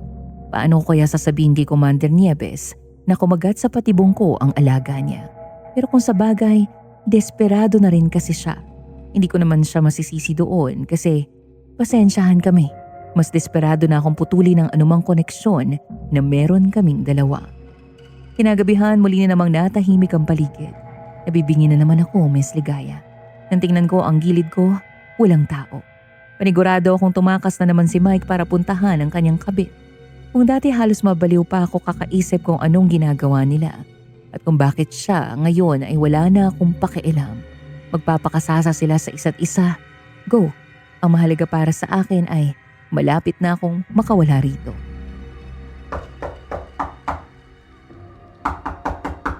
Rain, gising ka pa ba, Iha? Ngayon na po ba, Commander? Gayo daga, Iha. Halika na, bago pa tayo abutan ng sikat ng araw. Hindi nila tayo pwedeng maabutan na wala sa mga sariling kwarto natin. Sino hubang pupuntahan natin ngayon, Commander? Si Baguanito. Ang sabi niya, ituturo niya sa iyo ang ritual na gagamitin mo sa araw ng kasal. Handa ka na ba, Iha? Yung totoong sagot po ba? Hindi po. Natatakot po ako. Naiintindihan ko ang nararamdaman mo. Pero hindi na natin pwedeng patagalin pa ito. Lalo na't bukas ng kasal niyo. Hanggang ngayon, hindi ko sukat akalain na magpapakasal akong maski isa'y wala man lang akong naging ambag. Hindi pa pareha sa dream wedding ko. Hindi naman tutuloy na kasal, Iha. Pag-aalay ang gagawin sa'yo bukas. Kaya kapag napuksan na natin ang mga kalaban, malaya ka nang makakahanap ng taong tunay na magbibigay sa'yo ng mala fairy tale na kasal. Sana nga po. Pero teka, saan po ba tayo dadaan, Commander? Hindi tayo ligtas kung sa main door tayo ng hasyenda natin pipiliing lumabas. Kaya naisip ko ang isang lugar. Dadaan tayo sa lumang bodega, sa likod ng quarters ng mga kasambahay. May daan doon papunta sa gulod. Shortcut po? Saan yun? Sa likod ng laundry area. Pinasarado na yan doon, pero ako ang may hawak ng susi kaya mabubuksan natin ang pinto nun.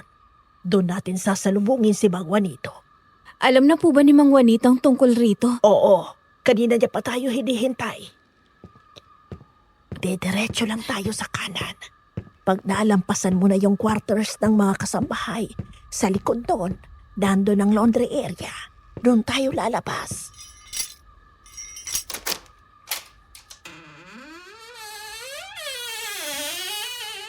Commander, may daan po ba talaga palabas dito? Parang kinakalawang na. Tapos ang baho pa. Amoy nabubulok. Oo.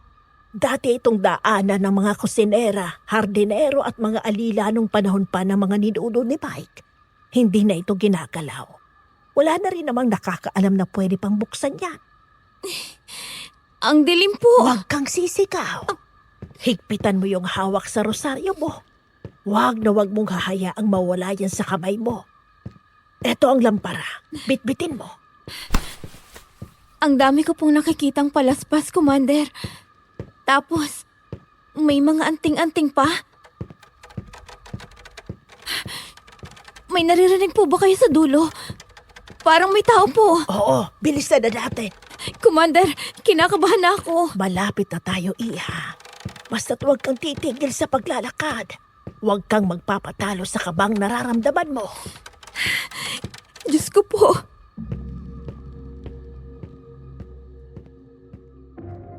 Nang makarating kami sa dulo ng tunnel, parang may malamig na hangin ang dumaan sa batok ko pagkabukas ni Commander Nieves ng pinto. Bumungad sa amin ang lalaking nakatayo sa likod ng punong mangga, nakasuot ng sombrerong abaka at may daladalang patpat. Kanina ko pa kayo hinihintay. Pasensya na, Juanito. Matagal kasing umalis si Melanie. Ayos lang. Muli na naman tayo nagkita, Rainy, ha?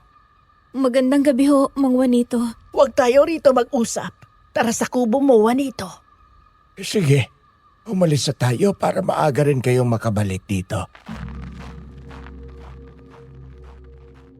Pero hindi lang pala siya ang naroon, Miss Ligaya. Sa likod ng puno may isa pang anino ang unti-unting lumapit.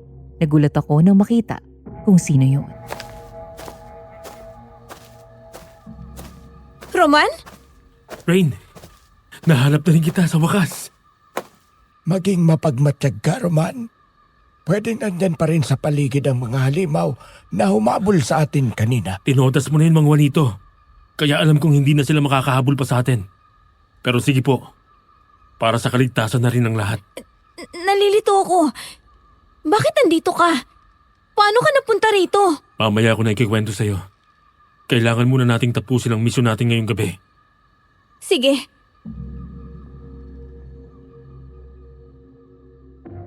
Hindi na ako nakapagtanong pa, Miss Ligaya. Tahimik kaming naglakad papasok sa maliit na kakahuyan habang si Mang Juanito ang nangunguna sa amin. Habang papalalim kami sa gubat, lalo kong napapansin ang mga kaibang bagay na nakasabit sa mga puno. Mga palaspas, mga rosaryo, mga pulang tela na may nakaukit na mga simbolo. At sa bawat ilang hakbang, may mga bote at garapon na nakabaon sa lupa.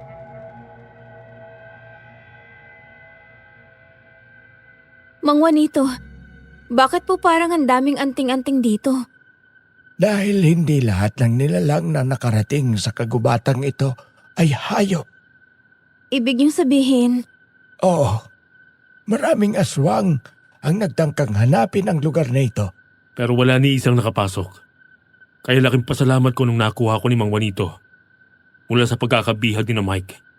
Dahil hindi nila ako mahanap dito. paano mo nasabi? Dahil buhay pa si Mang Juanito hanggang ngayon. Hindi biro ang mga proteksyong inilagay niya rito, Iha. At hindi rin biro ang mga kasalanang ginawa ko para matutunan ng mga yan. Kasalanan? Mamaya na natin pag-uusapan. Diyos ko!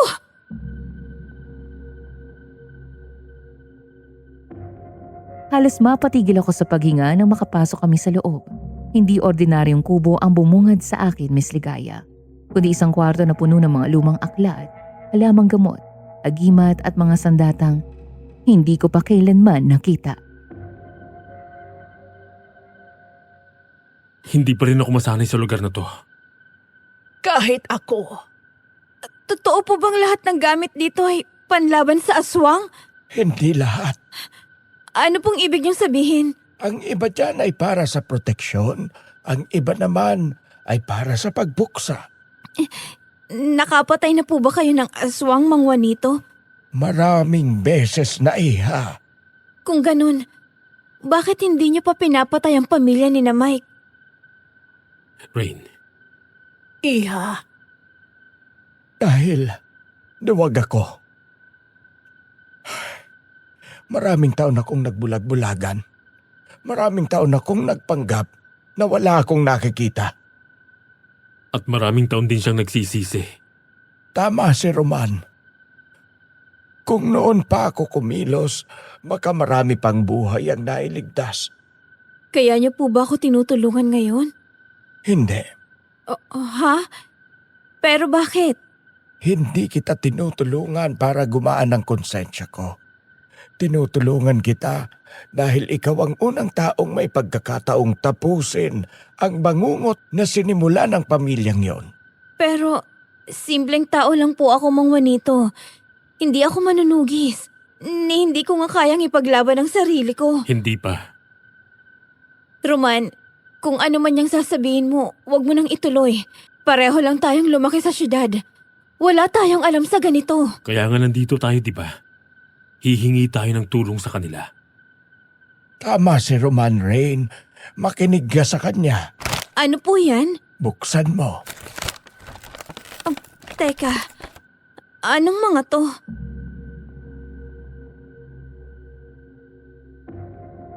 Napasinghap ako nang makita ang laman ng kahon, Miss Ligaya. Mga agimat, rosaryo, mga bote ng langis at isang punyal na may nakaukit na mga kakaibang simbolo. Yung tipong nakikita ko lang sa mga pre-colonial subject sa Philippine history. Simula ngayong gabi, Rain, ituturo ko sa iyo kung paano pumatay ng aswang. Hindi ko na ikukwento pa ng detalyado ang lahat ng nangyari sa kubo ni Mang Juanito ng gabing yon, Miss Ligaya. Basta ang alam ko pag sikat ng araw, hindi na ako katulad ng babaeng pumasok doon.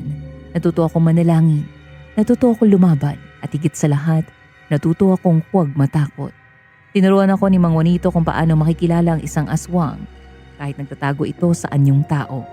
Tinuruan niya rin akong gamitin ang mga agimat, langis, at mga dasal na magbibigay sa akin ng pagkakataong mabuhay.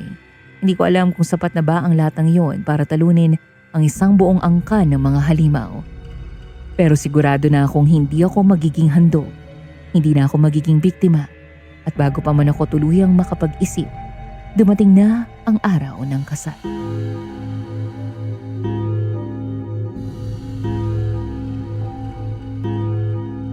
Ito na yun.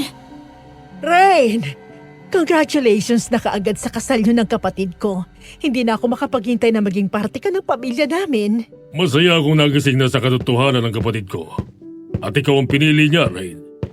Naniniwala ako magiging masayang pagiging pagsasama niyong dalawa. Maraming salamat po sa inyong dalawa, Ate Maika at Kuya Micro. Ito na pala ang huling beses na magkikita tayong tatlo. Maraming salamat sa pagiging mabait niyo sa akin, ha? Ano ka ba? Walang anuman yun. Sige na, lalabas na kami para matapos ka na sa pag-aayos mo, ha? Ang ganda niyang wedding gown mo. Bakit na bagay sa'yo? Kita-kits mamaya. Rain? Diana, ikaw pala yan.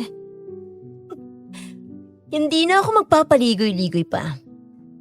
Kung akala mo'y magiging masaya kayo ni Mike pagkatapos ng gabing to, nagkakamali ka.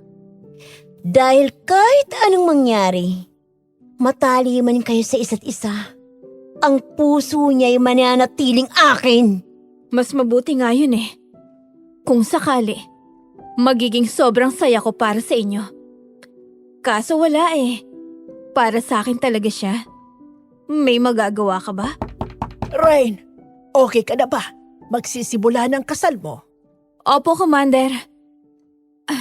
If you excuse me, pupunta lang ako sa kasal ko.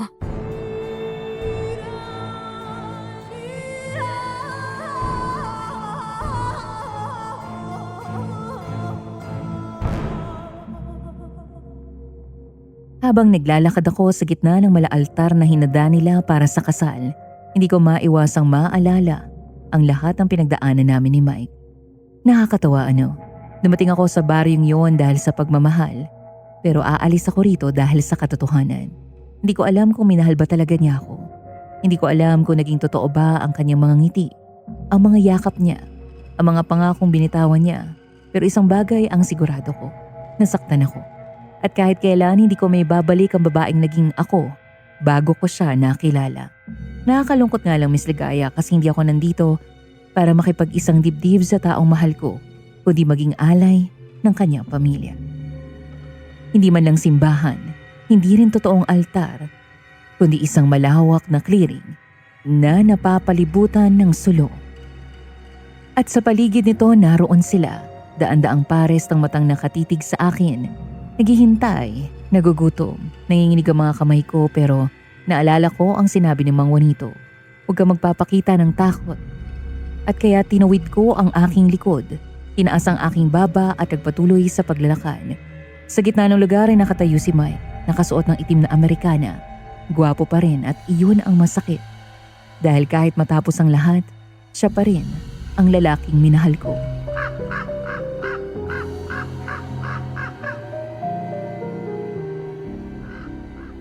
Ang ganda mo. Salamat. Sobrang tagal kong hinintay ang pagkakataong ito. At sobrang saya ko dahil ngayon, mangyayari na.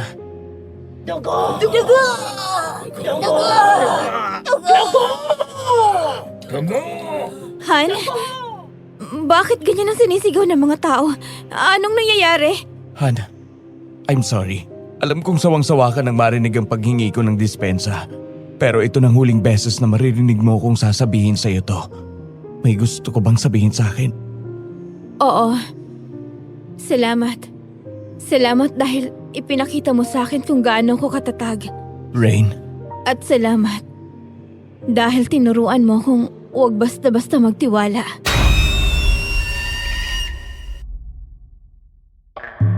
Sa unang pagkakataon nakita ko nag-iba ang ekspresyon niya. Parang may gusto siyang sabihin. Parang may gusto siyang pigilan, pero huli na.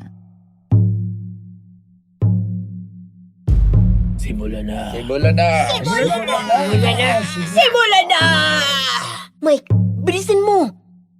Gutom na ang mga tao! Rain, kayo na! teka. Anong nangyayari? Huminga ako ng malalim pagkatapos ay ipinasok ko ang kamay ko sa bulsa ng aking bestida. Tsaka hinawakan ng rosaryong ibinigay ni Mang Juanito. Rain! Anong ginagawa mo? Ang bagay na dapat kong ginawa noon pa! Rain! Panginoon naming Diyos! Ama namin, sumasalangit ka! Mike, hatakin mo sa kanyang rosaryo niya! Rain! Tumigil ka na! Tigilan mo to! Sambahin ang ngalan mo.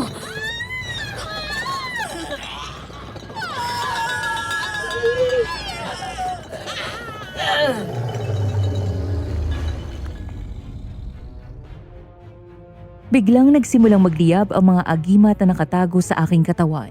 Umilit ang rosaryo sa aking palad at isa-isang napaatras ang mga aswang. Hindi na nakapagpalit ng anyo ang iba dahil naunahan sila ni Commander Nieves. Nagisan sila ng mga pangontrang ibinigay ni Mang Juanito. May ilan ang sumubok na abutin ako pero hindi sila nagtagumpay. Para bang may liwanag na bumagsak mula sa kalangitan. Nagsimulang mangisay ang mga nilalang sa paligid. Ang iba ay napaluhod at ang iba naman ay napasigaw. At ang iba ay unti-unti nang naging abo. Hindi! Tama na, Rain! Mapa sa amin ang kaharian mo. Sundin ang loob mo dito sa lupa para lang sa langit. Paano mo nagawa to sa akin? Patawad, Mike. Doon na siya tuluyang naglaho sa hangin. Nung oras na yon sa unang pagkakataon, hindi na ako natakot, Miss Ligaya. At laking pasasalamat ko kina Commander Nieves dahil doon. Tapos na Iha. Malaya ka na. Uwi na tayo. Sigurado akong hinahanap ka na ni na tita. Napatagal pang pangako ko na ibabalik kita sa kanila. Nakakatakot po sobra. Pero salamat. Utang ko po sa inyong tatlo ang buhay ko. Lagi ka lang mag-iingat, Iha. Sa susunod, pwede mo kami bisitahin ulit dito. Maraming salamat din po sa pagligtas sa akin, Mang Juanito. Makakabawi rin ako sa inyo. Walang nga naman mga bata. Basta lagi nyo lang alalahanin na maging mapagmatsyag.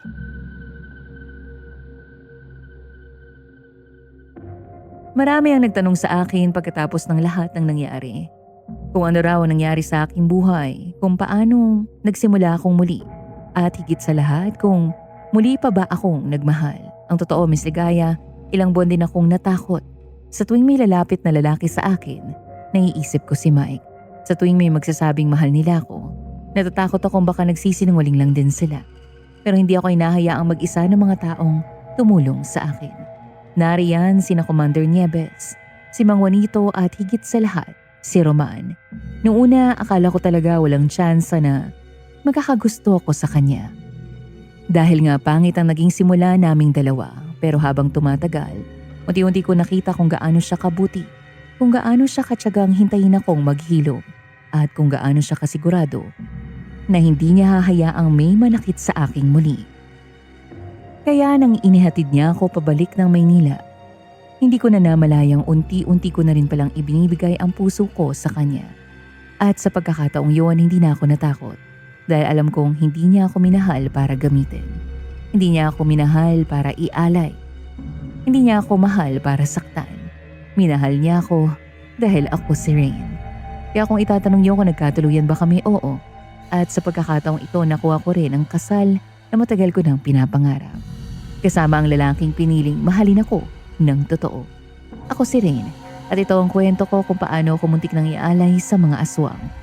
Ngunit natagpuan ko naman ang pagmamahal na para talaga sa akin.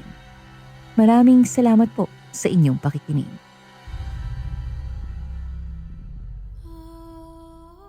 Maraming salamat sa pagpapadala ng iyong kwento rin. Sa totoo lang, habang binabasa ko ang kwento mo, isang bagay ang paulit-ulit na pumapasok sa isip ko. Minsan kasi ang akala natin sa pagmamahal ay kapag may mga taong handang ipaglaban tayo, handang sunduin tayo, handang bigyan tayo ng mga pangarap na matagal na nating hinihiling, iniisip natin sila na yung mga tamang tao para sa atin. Pero hindi pala sapat ang pagmamahal kung wala naman itong katapatan. Hindi sapat ang matamis na salita kung puro kasinungalingan naman ang nakatago sa likod nito. At lalong hindi pagmamahal ang tawag kapag kailangan mong isakripisyo ang sarili mo para lang mapatunayan ang halaga mo sa isang tao. Dahil ang tunay na pag-ibig ay hindi ka gagawing kapalit at hindi ka pipiliing saktan para mapasaya ang iba. Kung meron man akong natutunan sa kwento ng ating mga sender ngayon, mga kaaswang confession, ito ay ang katotohanan na minsan, ang pinakamalaking pagmamahal na maibibigay natin ay hindi para sa ibang tao, kundi para sa ating mga sarili. Ang pagpili sa sariling kaligtasan ay hindi pagiging makasarili. Ito ay pagiging matapang. At gaya nga ng sabi sa kasabihan, kapag may mga pintuang nagsara dahil sa paglilinlang, may mga bagong pintuang bubukas dahil sa katotohanan. Dahil minsan ang tao akala natin na maaring katapusan na ng ating kwento, siya lang pala ang magtuturo sa atin kung saan magsisimula ng mas magandang kabanata pa ng ating buhay. Hanggang sa muli nating pagtatagpo, mga kaaswang confession, tandaan ninyo, hindi lahat ng pagkawala ay kamalasan. Kung minsan, inilalayo lang natin ito sa tadhana, lalong-lalo na kung maling tao naman pala ito para maihatid tayo sa totoong tao na tunay na magmamahal sa atin. Magandang araw po sa inyong lahat at maraming salamat sa inyong pakikinig. Kita-kinig tayo soon.